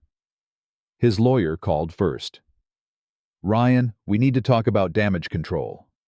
"What kind of damage control?" "The kind where you issue a public apology and hope it's enough to stop the bleeding." "I'm not apologizing." "Ryan, be reasonable. The entire country has seen that video. You're being called a monster, a bully." "Ah. I don't care what I'm being called. I'm not apologizing to that woman. That woman is Emily Sterling now. Do you understand what that means? William Sterling has more power in his little finger than you have in your entire company. If you don't apologize, he will bury you." "He's already burying me." "Then give him a reason to stop." Ryan hung up. His mother called next. "Ryan Andrew Mitchell, what have you done?" "Mother, I don't need a lecture right now." "You splashed mud on a pregnant woman. You told her she would kill her baby. I raised you better than this." "You don't know the whole story." "I know enough. I know that woman was your wife. I know she lost a child. I know you blamed her for it." His mother's voice cracked. "I know because I watched it happen. I watched you break her, Ryan, and I said nothing because I thought it wasn't my place. But this is too far." She was nobody, Mother, a kindergarten teacher from the Bronx. She was a human being. She is a human being, and you treated her like garbage. A long pause. "Your father would be ashamed of you." The line went dead. Ryan threw his phone across the room. By Thursday morning, things got worse. The story had evolved. It was no longer just about a man splashing mud on a pregnant woman. Reporters had started digging into Ryan's past, into his marriage, into his divorce. Old friends of Emily's were speaking out. He was controlling from the start. He isolated her from everyone who loved her. She was a shell of herself by the end. I barely recognized her. He blamed her for the miscarriage, made her believe it was her fault. It was emotional abuse, plain and simple. Ryan's PR team called an emergency meeting. "We need to get ahead of this." "How?" "You need to do an interview, tell your side of the story." "My side of the story is that my ex-wife trapped a billionaire into marrying her, and now she's playing victim." His PR manager stared at him. That's your defense. It's the truth." "It's suicide. You cannot say that publicly. You'll be crucified." "Then what do you suggest?" "Apologize. Express remorse. Go to therapy. Donate to women's charities. Do whatever it takes to rehabilitate your image. And if I refuse, then there's nothing I can do for you." Ryan refused. On Thursday afternoon, his CFO resigned. Took 2 other executives with him. On Thursday evening, his remaining board members voted unanimously to remove him as CEO. No resignation option this time. Termination for cause. Effective immediately. Ryan received the news via email. He sat in his empty penthouse reading the words over and over, unable to process them. 15 years. 15 years of building, sacrificing, clawing his way to the top. Gone. Because of a puddle. Because of Emily. His phone buzzed with a text from a number he didn't recognize. "Enjoying the view from the bottom. A friend." Ryan hurled his phone against the wall. It shattered into pieces. Across the city in the Sterling mansion, Emily was having a very different kind of day. She was lying on the couch, her head in Ethan's lap while he gently stroked her hair. "How are you feeling?" "Overwhelmed." "Good overwhelmed or bad overwhelmed?" "Both." She looked up at him. "I never wanted this, you know. I never wanted him destroyed." "I know. I just wanted to forget he existed. Move on with my life. Be happy." "And you will be. You are." Ethan's hand moved to her belly. "But Ryan made choices. He's facing the consequences of those choices. That's not your fault." "It feels like my fault." "It's not." Ethan's voice was firm. He chose to drive past you. He chose to splash that puddle. He chose to say those horrible things. He made those choices knowing exactly what he was doing. The only difference is, this time there were consequences. Emily was quiet for a moment. Your father wants to make a public announcement. I know. About me, about the baby, about everything. I know. I'm not sure I'm ready for that. Ethan shifted so he could look her in the eyes. You don't have to do anything you don't want to do. I can talk to my father. We can keep things private. But the video is already out there. Everyone already knows who I am. There's a difference between people knowing and us confirming it officially. Emily thought about it. Thought about spending the rest of her pregnancy hiding, avoiding cameras, pretending to be someone she wasn't. No, she said finally. I'm tired of hiding. I spent years hiding from Ryan, hiding from myself, hiding from the truth. She sat up slowly. I'm Emily Sterling. I'm pregnant with your baby, and I'm not ashamed of any of it. Ethan smiled. That's my girl. William Sterling called that evening. Emily, how are you feeling? Better. Thank you, William. Good. I want to talk to you about the gala. The Children's Literacy Gala, that's next week, isn't it? Yes, and I'd like to make an announcement. About you. About the baby. Emily's heart raced. What kind of announcement? The kind that tells the world exactly who you are and exactly what you mean to this family. William's voice softened. You're carrying my grandchild, Emily. The first Sterling heir in 30 years. That's not something to hide. That's something to celebrate. I'm scared. I know. But I'll be right there with you. Ethan will be right there with you. You won't face any of this alone. Emily took a deep breath. Okay. Okay. Let's do it. Let's make the announcement. She could hear the smile in William's voice. You're going to be magnificent. The week passed in a blur of preparation. Stylists came to the mansion to help Emily choose a dress. She settled on an emerald green gown that showed her 6-month bump perfectly. Elegant. Powerful. Unmistakably maternal. Speech coaches worked with William on his announcement. Media consultants prepared for the onslaught of press. Security teams doubled, then tripled. Emily called her mother. Mama, I need you to come to the gala. The gala, Emily. I don't have anything to wear to something like that. We'll get you something, please. I need you there. Are you sure I'll just be in the way? You could never be in the way. You're my mother. You're the reason I survived everything I survived. Emily's voice cracked. I want you there when they announce your grandchild to the world. Her mother was silent for a long moment. I'll be there, baby girl. Wild horses couldn't keep me away. Sarah came over the day before the gala. Okay, show me the dress. Emily led her to the closet where the emerald gown hung. Sarah's jaw dropped. Oh my God, you're going to look like a queen. I feel like I'm going to throw up. That's just nerves, and possibly the baby. Sarah hugged her tight. I'm so proud of you. For what? Getting splashed with mud. For surviving. For thriving. For becoming someone your younger self would be amazed by. Sarah pulled back and looked her in the eyes. Do you remember what you were like when you left Ryan? You couldn't even make eye contact. You apologized constantly. You believed every horrible thing he ever said about you. Emily nodded. Look at you now. You're married to a man who adores you. You're carrying a miracle baby. You're about to walk into a room full of the most powerful people in America and announce your place in one of the country's most prestigious families. Sarah squeezed her hands. You did that.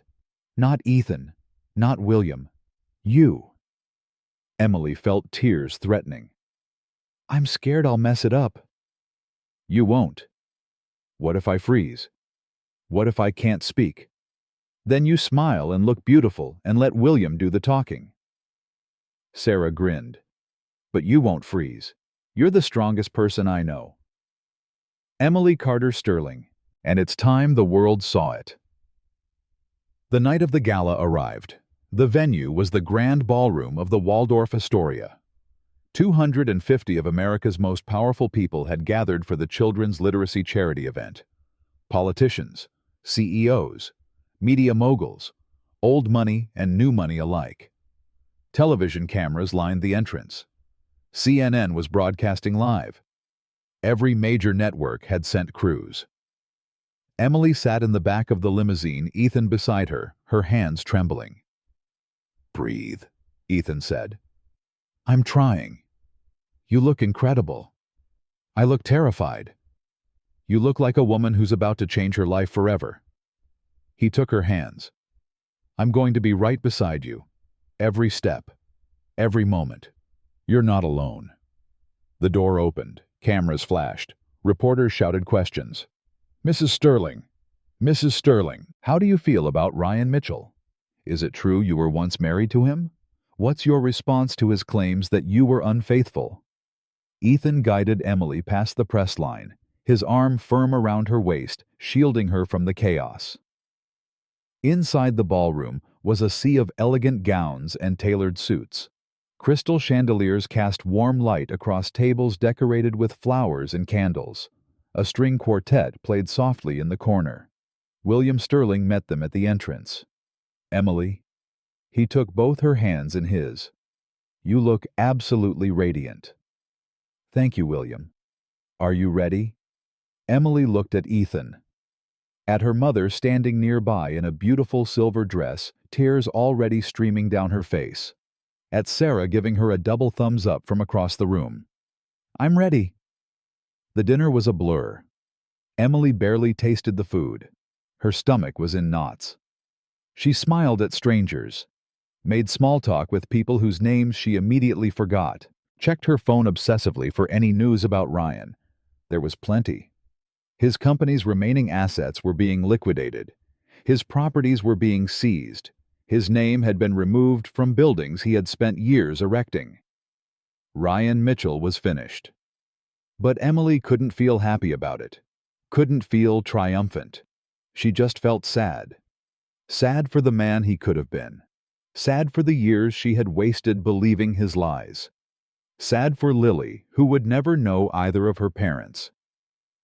At 8 o'clock, William Sterling took the stage. The room fell silent. "Good evening, everyone. Thank you for joining us tonight to support children's literacy, a cause that's close to all our hearts." Applause. Before we continue with the evening's program, I have a personal announcement I'd like to make. The room went still. 250 of the most powerful people in America leaned forward waiting. Many of you know my son Ethan. What you may not know is that 14 months ago, Ethan married the love of his life. Emily felt every eye in the room turn to her. Her name is Emily. She's a kindergarten teacher from the Bronx. She's dedicated her life to educating children who need it most.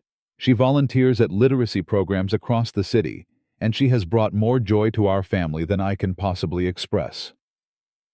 Emily's mother was sobbing openly. Sarah was grinning. Ethan squeezed Emily's hand under the table.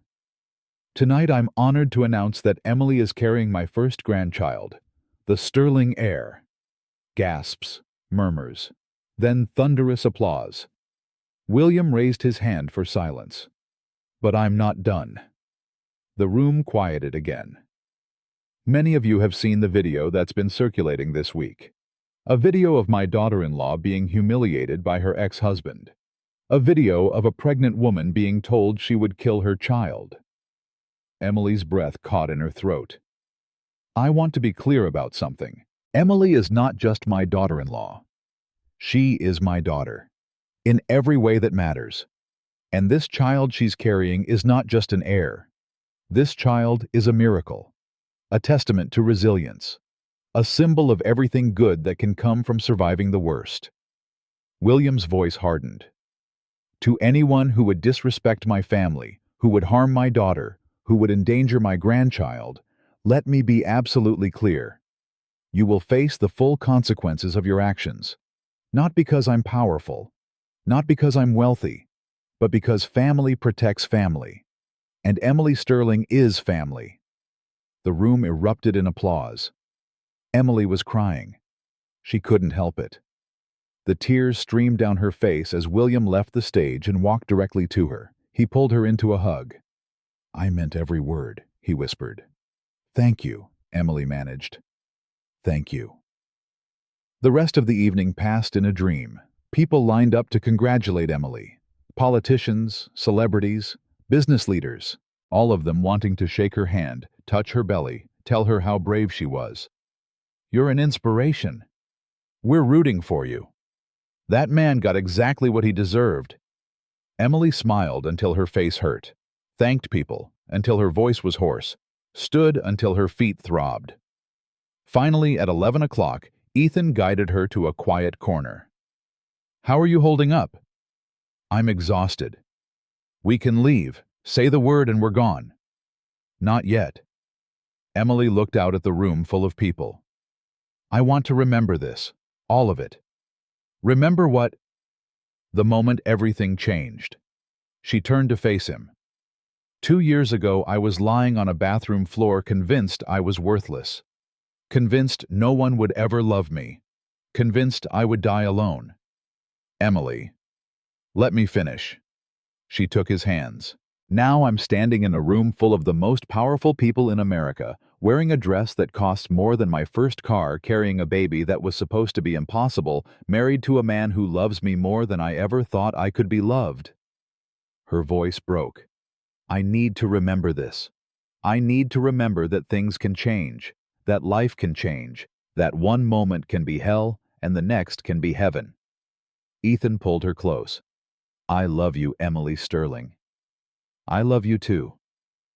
Across the city in his half-empty penthouse, Ryan Mitchell sat alone in the dark. The television was on muted, but he could see everything. The gala, the announcement, Emily's face on every channel. She was wearing emerald green. Her hand rested on her pregnant belly. She was smiling, crying, surrounded by people who loved her. Ethan Sterling stood beside her, his arm protectively around her shoulders. William Sterling beamed like a proud father. The chyron at the bottom of the screen read, "Sterling family announces heir. First grandchild for billionaire patriarch." Ryan watched his ex-wife shine. Watched her transformation from the broken woman he had discarded to the radiant figure on his television screen. He had done this. He had created this moment. By trying to destroy her, he had elevated her. By humiliating her, he had made her a hero, and in the process, he had destroyed himself. His phone buzzed. A new email. He didn't want to look, but he couldn't help himself. It was from his accountant. "Ryan, I'm sorry to inform you that after the liquidation of assets, your remaining net worth is approximately $847,000. This is after accounting for outstanding debts, legal fees, and the settlement from the class action lawsuit filed by your investors. I recommend we meet to discuss bankruptcy options." $847,000. A year ago, he had been worth $58 million. Ryan stared at the email until the words blurred. Everything was gone. His company, his money, his reputation, his future. And Emily Carter, the woman he had called barren and worthless, was carrying a baby worth more than everything he had ever owned. The irony was suffocating. Ryan picked up the bottle of whiskey beside him and took a long drink. On the television, the camera zoomed in on Emily's face. She was laughing at something Ethan had said. Her hand never left her belly. Her smile never wavered. She looked happy. She looked free. Ryan threw the bottle at the television. It shattered on impact, whiskey and glass exploding across the screen. But Emily's face remained distorted, now broken into fragments, still smiling, still glowing, still winning. Ryan screamed into the empty apartment. No one heard him. No one cared. The next morning, Ryan's phone rang. He had bought a new one, a cheap prepaid model. the only one he could afford. "Hello, Mr. Mitchell. This is Margaret Chen from the New York Post. I'm calling for comment on the Sterling announcement." "No comment. Is it true that you and Emily Sterling were married for 5 years?" "No comment. Is it true that you blamed her for the death of your child?" Ryan's hand tightened on the phone.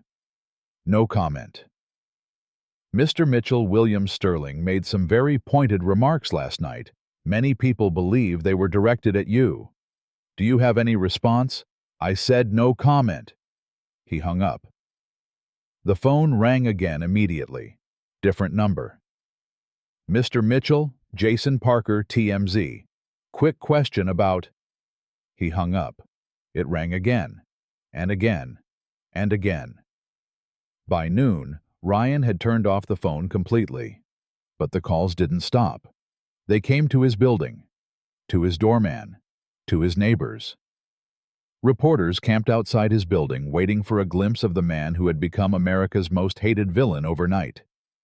Ryan couldn't leave his apartment, couldn't show his face, couldn't do anything but sit in the dark and watch his life crumble. Victoria called on a different phone. "Ryan? What do you want? I saw the news, the announcement.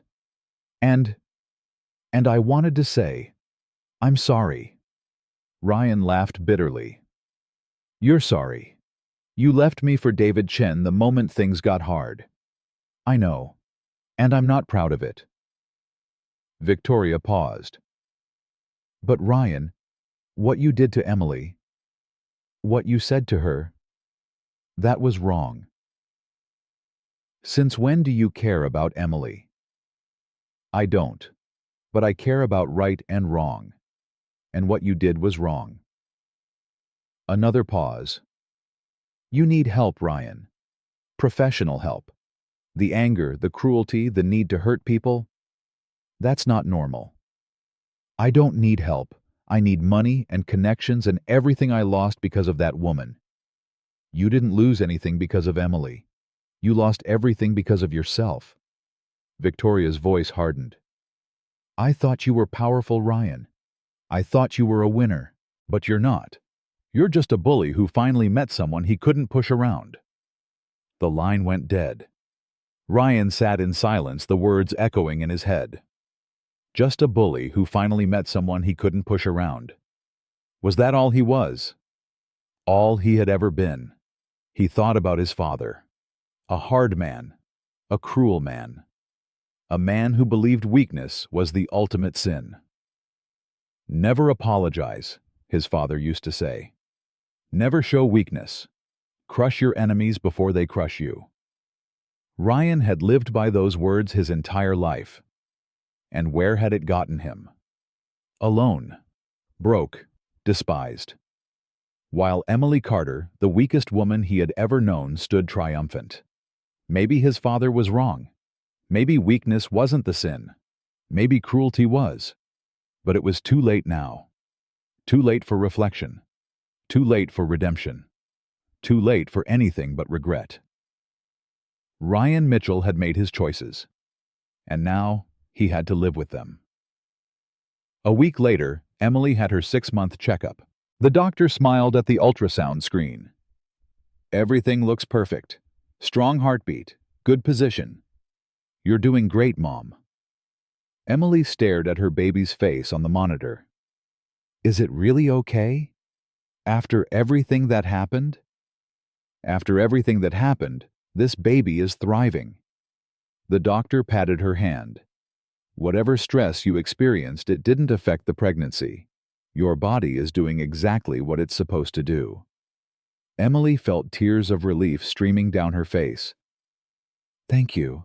Thank you so much." Ethan was waiting in the hallway when she came out. "Well?" "Perfect." Emily threw her arms around him.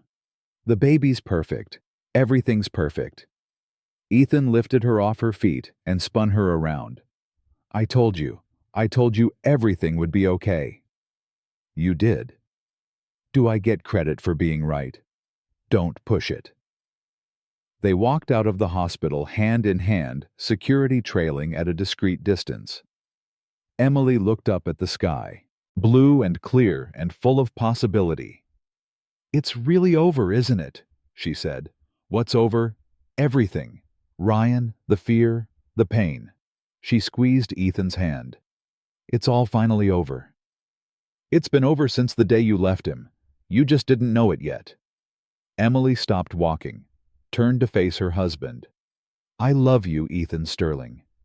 "I love you too, Emily Sterling." "Thank you for saving me." Ethan shook his head. "I didn't save you. You saved yourself." He cupped her face in his hands. "I just had the privilege of watching it happen." Emily kissed him. Right there on the sidewalk, in front of the security team and the passing strangers and the whole world. She didn't care who was watching. She wasn't hiding anymore. 3 months passed like a dream Emily never wanted to wake from. Her belly grew rounder. The baby kicked stronger. Every morning she woke up in Ethan's arms and had to remind herself that this was real, that she was safe, that she was loved. The media attention had died down. Ryan Mitchell's name had faded from the headlines, replaced by newer scandals and fresher outrages. America had a short memory for villains. But Emily hadn't forgotten. She thought about Ryan sometimes. Late at night when the baby was restless and sleep wouldn't come. She thought about the man she had married. The man who had destroyed her. The man who was now living in a one-bedroom apartment in New Jersey, working a consulting job that paid less than her teaching salary. She didn't feel triumphant. She felt sad. "You're too kind," Sarah told her during one of their weekly lunches. "After everything he did, you still feel sorry for him." "I don't feel sorry for him exactly. I just—" Emily struggled to find the words. "I wonder what made him that way. What broke him so badly that he needed to break everyone around him? Some people are just born cruel." "I don't believe that. Nobody's born cruel. Cruelty is learned." "Maybe. But that doesn't excuse what he did." "No, it doesn't." Emily rubbed her belly absently. "I just hope he finds peace someday, for his own sake." Sarah shook her head. "You're a better person than I am, Emily Sterling." "I'm just tired of carrying anger. It's too heavy." At 8 months pregnant, Emily made a decision that surprised everyone. "I want to go back to teaching." Ethan looked up from his breakfast. "Now you're about to give birth." "Not now. After. When the baby's a few months old." "Emily, you don't have to work. We have more money than we could spend in 10 lifetimes." "I know I don't have to. I want to." She sat down across from him. "Those kids need me, Ethan, and I need them. Teaching isn't just a job for me, it's who I am." Ethan studied her face for a long moment. "You've thought about this." "I've thought about nothing else." "What about the baby?" "We'll figure it out. Nannies, flexible schedules, whatever it takes." Emily took his hand. "I don't want to be a society wife who lunches in shops and attends galas. I want to matter. I want to make a difference." Ethan smiled. "Have I told you lately how much I love you? You could stand to mention it more often." He stood up, walked around the table, and kissed her deeply. "I love you, Emily Sterling, and I love that you want to keep teaching. But can we at least wait until after the baby comes to figure out the details?" "Deal." William Sterling was equally supportive when Emily told him her plans. "A Sterling who teaches kindergarten. I love it." "You don't think it's beneath the family image?" "Beneath it." William laughed. "Emily, do you know how many wealthy families produce nothing but entitled brats who've never worked a day in their lives? You're going to teach our grandchild that work matters, that service matters, that privilege should be used to help others, not just to accumulate more privilege." "I was worried you'd be disappointed." "I could never be disappointed in you." William's voice softened. "You've brought life back into this family, Emily. Not just the baby, you. Your kindness, your strength, your refusal to let money change who you are." Emily hugged him. "Thank you, Dad." It was the first time she had called him that. William's eyes glistened. "You're welcome, sweetheart." The due date approached like a freight train. Emily's bag was packed. The nursery was ready. The hospital was on speed dial. Everything was perfect. Too perfect. Emily couldn't shake the feeling that something would go wrong, that life couldn't possibly be this good, that the other shoe would drop at any moment.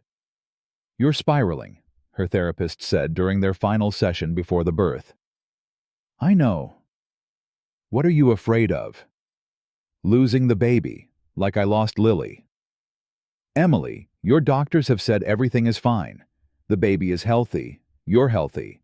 There's no medical reason to expect anything but a normal delivery." I know all of that. But the fear doesn't listen to logic." "No, it doesn't." Her therapist leaned forward. "Fear is a survival mechanism. It kept you alive during your marriage to Ryan. It helped you recognize danger and protect yourself. But now that danger is gone, the fear doesn't know how to turn off." "So how do I turn it off?" "You don't. You acknowledge it. You thank it for trying to protect you. And then you choose to act anyway." She smiled. "You've been doing that your whole life, Emily. You just don't give yourself credit for it." "I don't feel brave." "Brave people never do. That's what makes them brave." Emily thought about those words as she lay in bed that night, Ethan's arm draped over her enormous belly. "You're not sleeping," he murmured. "How can you tell? You breathe differently when you're awake, faster, like you're thinking too hard." "I'm scared." Ethan shifted, pulling her closer. "Tell me. What if something goes wrong? What if the baby doesn't make it? What if I can't do this?" "Emily, look at me." She turned to face him in the darkness. "You are the strongest person I have ever known. You survived things that would have destroyed most people. You rebuilt yourself from nothing. You carried this baby when doctors said it was impossible." His hand found hers in the dark. "If anyone can do this, it's you." "But what if nothing? Whatever happens, we face it together. That's what marriage means. That's what family means." He kissed her forehead. "Now go to sleep. Our baby is going to be here soon, and you need your rest." Emily closed her eyes. For the first time in weeks, she slept peacefully. 2 days later, her water broke. She was in the kitchen making herself a sandwich when she felt the sudden gush of warmth. "Ethan!" He came running from his office. "What? What's wrong?" "My water broke." For 1 second, Ethan looked absolutely terrified. Then his training kicked in. Okay, the bag's by the door. I'll call the hospital. I'll call my dad. I'll call your mom." "Ethan." "I'll call Sarah. I'll call the security team. I'll—" "Ethan." He stopped. "Breathe." He took a deep breath. "Right. Breathing. Good advice." He grabbed her hand. "Let's go have a baby." The drive to the hospital was a blur. Contractions had started mild at first, then increasingly intense. Emily gripped Ethan's hand so tightly she was sure she would break his fingers. "You're doing great," he kept saying. "You're doing amazing. If you tell me to breathe one more time, I will murder you." Noted. At the hospital, things moved fast. Emily was rushed to a delivery room. Doctors and nurses surrounded her. Monitors beeped. Voices gave instructions. "You're at 8 centimeters, almost there. Baby's heart rate is strong. Everything looks good." "Push when you're ready, Mrs. Sterling." Emily's mother arrived just as the pushing started. "I'm here, baby girl. I'm right here." "Mama." Emily reached for her hand. "I'm scared." "I know. But you're going to be fine. You're going to be wonderful." "What if I can't do this?" "You can. You are." Her mother squeezed her hand. "You've been preparing for this moment your whole life. Every struggle, every heartbreak, every time you got knocked down and got back up again. It was all leading here. I love you, Mama. I love you too. Now push. Emily pushed. The pain was unlike anything she had ever experienced. Worse than losing Lily. Worse than Ryan's cruelty. Worse than all the years of believing she was broken. But this pain had a purpose. This pain was creating life. I can see the head, the doctor announced. One more push, Emily. One more big push. Emily screamed. She pushed with everything she had. Every ounce of strength, every fiber of determination. And then suddenly the pressure released, and she heard it. A cry. A tiny, perfect, miraculous cry. It's a boy, the doctor announced. Congratulations, Mom and Dad. You have a healthy baby boy. Emily sobbed. Ethan sobbed. Her mother sobbed. The nurses were crying. Everyone in the room was crying. They placed the baby on Emily's chest. Warm, wriggling, alive. Emily looked down at her son's face, red and scrunched and absolutely beautiful. Hello, she whispered. Hello, little one. I'm your mommy. The baby's eyes opened, just for a moment, just long enough to look at her, and Emily felt her heart crack open in a way she hadn't known was possible. This was love, real love, the kind of love that changes everything, the kind of love worth surviving for. He's perfect, Ethan breathed. Emily, he's absolutely perfect. I know. What should we name him? Emily had thought about this for months. She and Ethan had debated dozens of names, traditional names, modern names, family names. But in this moment, holding her miracle baby, there was only one name that felt right. James, she said. James William Sterling. After my father, after the man who gave me a family. Emily looked up at Ethan through her tears. Is that okay? It's perfect. Ethan kissed her. It's absolutely perfect. William Sterling arrived an hour later. He walked into the hospital room slowly, almost reverently, like he was entering sacred ground. Is that him? Emily smiled. Would you like to hold your grandson? William's hands were trembling as he took James into his arms. This powerful man, this billionaire who had built empires and destroyed competitors, reduced to tears by a 7-pound baby. James William Sterling, he said softly. Hello, little one. I'm your grandfather. James yawned. William laughed. Already bored with me. He's definitely a Sterling. He has your chin, Emily said. Poor kid. But William was beaming. He has your eyes, though. That's a blessing. Emily's mother entered the room next. Is there room for one more grandmother? William looked up. The two grandparents had met only briefly before. Different worlds, different lives, but united by this tiny baby. There's always room for family, William said, and moved over to make space. Emily watched as her mother took James from William's arms. Watched as these two people from completely different backgrounds bonded over a baby who would bridge their worlds. He's beautiful baby girl, her mother said. He is. Your father would be so proud. I know, Mama. I know. They stayed like that for a long time. Emily in the hospital bed, Ethan beside her. Two grandparents passing James back and forth. Sarah arrived and cried. Security waited outside, keeping the world at bay. For one perfect moment, everything was exactly as it should be.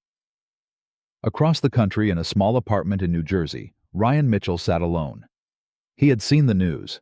Of course he had seen the news. Every channel was covering it. Sterling airborne, billionaire family welcomes baby boy. Emily Sterling gives birth to miracle baby.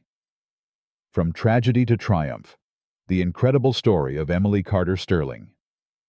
Ryan stared at the screen, at photos of Emily leaving the hospital radiant despite her exhaustion, at Ethan Sterling carrying the baby carrier like it contained the most precious thing in the universe, at the life that could have been his, should have been his. If only he hadn't been so cruel, so blind, so determined to destroy the one person who had actually loved him. His phone rang. His mother. He almost didn't answer, but something made him pick up. Ryan? Mother. I assume you've seen the news. I've seen it. Emily had a boy, a healthy boy. His mother's voice cracked. That should have been your son Ryan, your family, your life. I know. Do you really understand what you threw away? Ryan closed his eyes. Yes, Mother. I understand. I'm not sure you do. Her voice hardened. I watched you, Ryan. For years I watched you treat that woman like she was nothing. I watched you blame her for things that weren't her fault. I watched you break her down piece by piece until there was nothing left. I know what I did. And I said nothing. I did nothing. Because I thought it wasn't my place. Because I believed your father when he said that's just how marriages work. She paused. Your father was wrong, and so was I. What do you want me to say? I want you to say you're sorry. Not to me, to yourself. To whoever you might become if you ever find the courage to change. Ryan was quiet for a long moment. I don't know how to change. Then learn. Get help. Go to therapy. Do whatever it takes. His mother's voice softened. You're not a lost cause, Ryan. You're my son. I have to believe that somewhere inside you, there's still a good person trying to get out. And if there isn't, then you'll spend the rest of your life exactly where you are now. Alone, bitter, watching everyone else live the life you were too scared to deserve. She hung up. Ryan sat in the darkness, his mother's words echoing in his head. Too scared to deserve. Was that what it had been? Fear. He thought about his father, about the lessons he had learned at his knee. Never show weakness, never apologize, crush your enemies. But his father had died alone too. Heart attack at 62. No one at the funeral but family and employees who were required to be there. Is that what Ryan wanted? To die alone, to be remembered only for his cruelty. He thought about Emily, about the woman she had been when they married. Bright, hopeful, full of love, and the woman she had become under his care. Broken, afraid, convinced she was worthless. He had done that. He had taken something beautiful and destroyed it. And now she had risen from the ashes, built a new life, found real love, created the family that he had told her she would never have. Emily Carter. Sterling had won, and Ryan Mitchell had lost. Not because she had destroyed him, but because he had destroyed himself. The realization hit him like a physical blow. All this time he had blamed Emily, blamed circumstance, blamed bad luck. But the truth was simpler and more devastating. He had been the architect of his own destruction.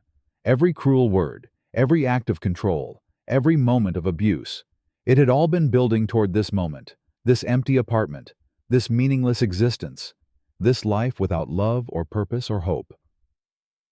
For the first time in his adult life, Ryan Mitchell cried, not for what he had lost, but for who he had become. And somewhere in those tears, buried beneath decades of armor and cruelty and fear, something stirred, something that felt almost like regret, almost like the beginning of change. 6 months later, Emily stood in her kindergarten classroom. She had done it, gone back to teaching, part-time at first while she adjusted to motherhood. But now, 3 days a week, she was back where she belonged. Mrs. Sterling. Mrs. Sterling. A tiny girl named Maya tugged at her sleeve. Yes, sweetheart. Is your baby here today? Emily smiled. James was in the daycare center attached to the school, one of the conditions of her return. Sterling Money had built a new wing specifically for staff children. He's right down the hall. Want to see him at lunch? Maya's face lit up. Yes. Then you better finish your letters first. The morning passed in a blur of finger paint and phonics, and the beautiful chaos of 25-year-olds discovering the world. At noon, Emily brought James to the classroom. The children gathered around, fascinated by the baby, who looked at them with wide, curious eyes. "He's so small," Tommy observed. "He won't be small forever. He'll grow big like you." "Can I hold him?" "When you're a little older. For now, you can help me make him a card." The children threw themselves into the project with enthusiasm. Glitter flew. Crayons were destroyed. By the end of lunch, James had 22 handmade cards and one macaroni portrait that looked nothing like him, but was clearly made with love. Emily looked around the classroom, at these children who had no idea that their teacher had once been told she was worthless, who didn't care that she was married to a billionaire, who just wanted her to read them stories and help them tie their shoes and make them feel safe. This was what mattered, not money, not power, not revenge. Connection, purpose, love. After school, Ethan picked her up. "How was your day?" "Perfect, exhausting. Everything I wanted." "The kids like having you back." They made James 22 cards and a macaroni portrait. "I need to see this macaroni portrait immediately." Emily laughed. "It's in my bag. It's truly terrible." "I'm framing it." "Don't you dare." "Too late. Already decided. It's going in my office." They drove home through the city streets. James slept in his car seat. Emily leaned her head against the window and watched the world go by. "I got a call today," Ethan said. "From who?" "Ryan's lawyer." Emily sat up straight. "What did he want?" "Apparently Ryan is asking permission to send you a letter." "A letter?" "He's in therapy now. Part of his program involves making amends to people he's hurt." Ethan glanced at her. "The lawyer wanted to know if you'd be willing to receive it." Emily was quiet for a long moment. "What did you tell him?" "That I'd ask you. It's your decision." Emily thought about Ryan, about the man who had spent years trying to break her, about the puddle in the parking lot, about every cruel word he had ever spoken. Then she thought about what her therapist had said, about fear, about anger, about the weight of carrying hatred. "Tell him yes." Ethan looked surprised. "Are you sure?" "I'm sure. I don't have to respond. I don't have to forgive him. But if he's trying to change, the least I can do is listen." "You're a better person than he deserves." "Maybe. Or maybe I'm just tired of letting him take up space in my head." The letter arrived a week later. Emily sat at the kitchen table turning the envelope over in her hands. Her name was written on the front in handwriting she recognized. Ryan's handwriting. She had seen it on so many things. Love notes in the early days, angry accusations later, divorce papers at the end. "Do you want me to stay?" Ethan asked. "No, I need to do this alone." He kissed her forehead and left the room. Emily opened the envelope. The letter was 3 pages long, handwritten. No typing, no formality, just raw words on paper. "Dear Emily, I don't expect you to read this. I don't expect your forgiveness. I'm not writing for absolution. I'm writing because I owe you the truth, and you deserve to finally hear it. I was cruel to you. I was controlling. I was emotionally abusive in ways I didn't even recognize at the time. I blamed you for things that were never your fault. I made you believe you were broken when you were the most whole person I had ever known. I told you that you killed our daughter. That was a lie. A horrible, unforgivable lie that I told because I couldn't face my own grief, my own guilt, my own failure as a husband and a father. Lily's death was not your fault. It was no one's fault. But I needed someone to blame, and you were the easiest target because you loved me enough to believe anything I said. I cheated on you. Not because you weren't enough, but because I was empty inside, and I thought other women could fill that emptiness. They couldn't. Nothing could, because the emptiness wasn't about you or them. It was about me. I destroyed our marriage. I destroyed your self-esteem. I destroyed years of your life that you can never get back. And when I saw you in that parking lot pregnant and happy, I couldn't stand it. I couldn't stand that you had healed, that you had moved on, that you had become everything I told you that you couldn't be. So I tried to hurt you one more time, to prove that I still had power over you, to prove that some part of you was still the broken woman I had created. But you're not broken, Emily. You never were. I was the broken one. I just didn't have the courage to admit it.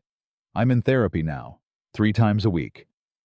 I'm learning about the patterns I inherited from my father, about the fear that drives my cruelty, about the man I could become if I ever find the strength to change.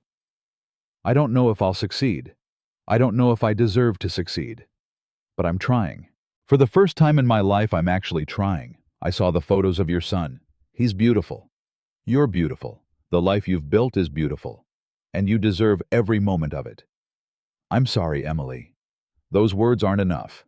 Nothing I say could ever be enough.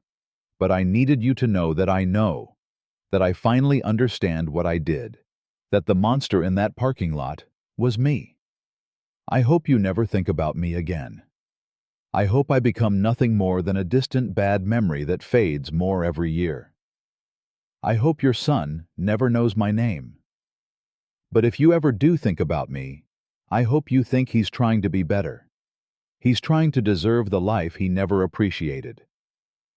Thank you for reading this. Thank you for everything you taught me, even though I was too stubborn to learn it while we were together. Be happy, Emily. You've earned it. Ryan. Emily put down the letter. She wasn't crying. She wasn't angry. She wasn't sad. She felt something she hadn't expected. Closure. Not forgiveness. Not yet. Maybe not ever. But closure. The final chapter of a story that had haunted her for years. Ryan Mitchell wasn't her villain anymore. He was just a broken man trying to put himself back together. Just like she had been. Ethan came back into the room. How are you? I'm okay. Emily folded the letter carefully. I think I'm actually okay. What did he say? That he's sorry, that he knows what he did, that he's trying to change. Do you believe him? Emily thought about it. I think I believe he's trying. Whether he'll succeed. She shrugged. That's not my problem anymore. What do you want to do with the letter? Emily stood up, walked to the fireplace, looked at the flames dancing behind the glass. Then she set the letter on the mantel instead. I'll keep it, not to remember the pain, but to remember how far I've come. Ethan wrapped his arms around her from behind. I'm proud of you. For what? For everything. For surviving. For healing. For becoming the woman you were always meant to be. Emily leaned back into his embrace. I couldn't have done it without you. Yes, you could have. You just would have taken longer. She laughed. Maybe. From the baby monitor on the counter, James's cry interrupted the moment. I'll get him, Ethan said. No, let me. Emily kissed his cheek. I need to hold my miracle baby. She climbed the stairs to the nursery, lifted James from his crib, felt his warm weight against her chest. Hey, little one, did you have a good nap? James gurgled in response. Emily walked to the window, looked out at the world, at the city stretching toward the horizon, at the life she had built from the ashes of the one Ryan had burned down. She thought about Lily, about the daughter she had lost, about the grief that would never fully heal but had transformed into something bearable, something that made her treasure every moment with James even more. She thought about her mother, about the woman who had raised her alone after her father died, who had worked 2 jobs to keep food on the table, who had taught her that strength wasn't about never falling, but about always getting back up. She thought about Ethan, about the man who had seen her at her worst and loved her anyway, who had given her a family when she thought she would never have one, who had shown her what real love looked like. And she thought about herself, about the scared girl who had married the wrong man, about the broken woman who had believed she was worthless, about the survivor who had rebuilt herself piece by piece. That woman felt like a stranger now. a character from a story she had read long ago. Emily Carter Sterling was someone new, someone stronger, someone who knew her worth and refused to let anyone diminish it ever again. "You know what, little one?" she whispered to James. "Your mommy used to think she was broken. She used to believe she would never be happy. She used to let other people tell her who she was and what she deserved." James looked up at her with wide eyes. But she was wrong. And anyone who tells you that you're not enough, they're wrong too. She kissed his forehead. "You can be anything you want to be. You can survive anything life throws at you. And no matter what happens, no matter how hard it gets, you will always, always be loved." James smiled, his first real smile, like he understood every word. Emily held her son close and watched the sun set over the city. She had been called barren, worthless, broken, a failure. She had been told she would never have children, never be happy, never amount to anything. And now she was standing in a mansion holding a miracle baby, married to a man who adored her, surrounded by family who would do anything to protect her. The Bible says in Galatians 6:7, "Do not be deceived. God cannot be mocked. A man reaps what he sows." Ryan Mitchell had sown cruelty. He reaped destruction. Emily Carter had sown kindness. She reaped a kingdom. Sometimes the best revenge isn't plotting against your enemies. It's becoming so successful, so happy, so loved, that their cruelty looks pathetic in comparison. Emily never set out to destroy Ryan. She just chose to heal. And in doing so, she built a life so beautiful that his empire crumbled in its shadow. That's the thing about karma. It doesn't need your help. It doesn't need your anger. It doesn't need you to wish harm on anyone. It just needs you to keep going, keep growing, keep believing that better days are coming. Because they are. They always are. If this story touched your heart, please subscribe to our channel and share it with someone who needs to remember that broken things can heal. That the darkest nights lead to the brightest mornings. That sometimes the best revenge is simply living well. Comment below where you're watching from. And remember, your past does not define your future. Your pain does not determine your worth. And no matter what anyone has told you, you deserve to be happy. God bless you.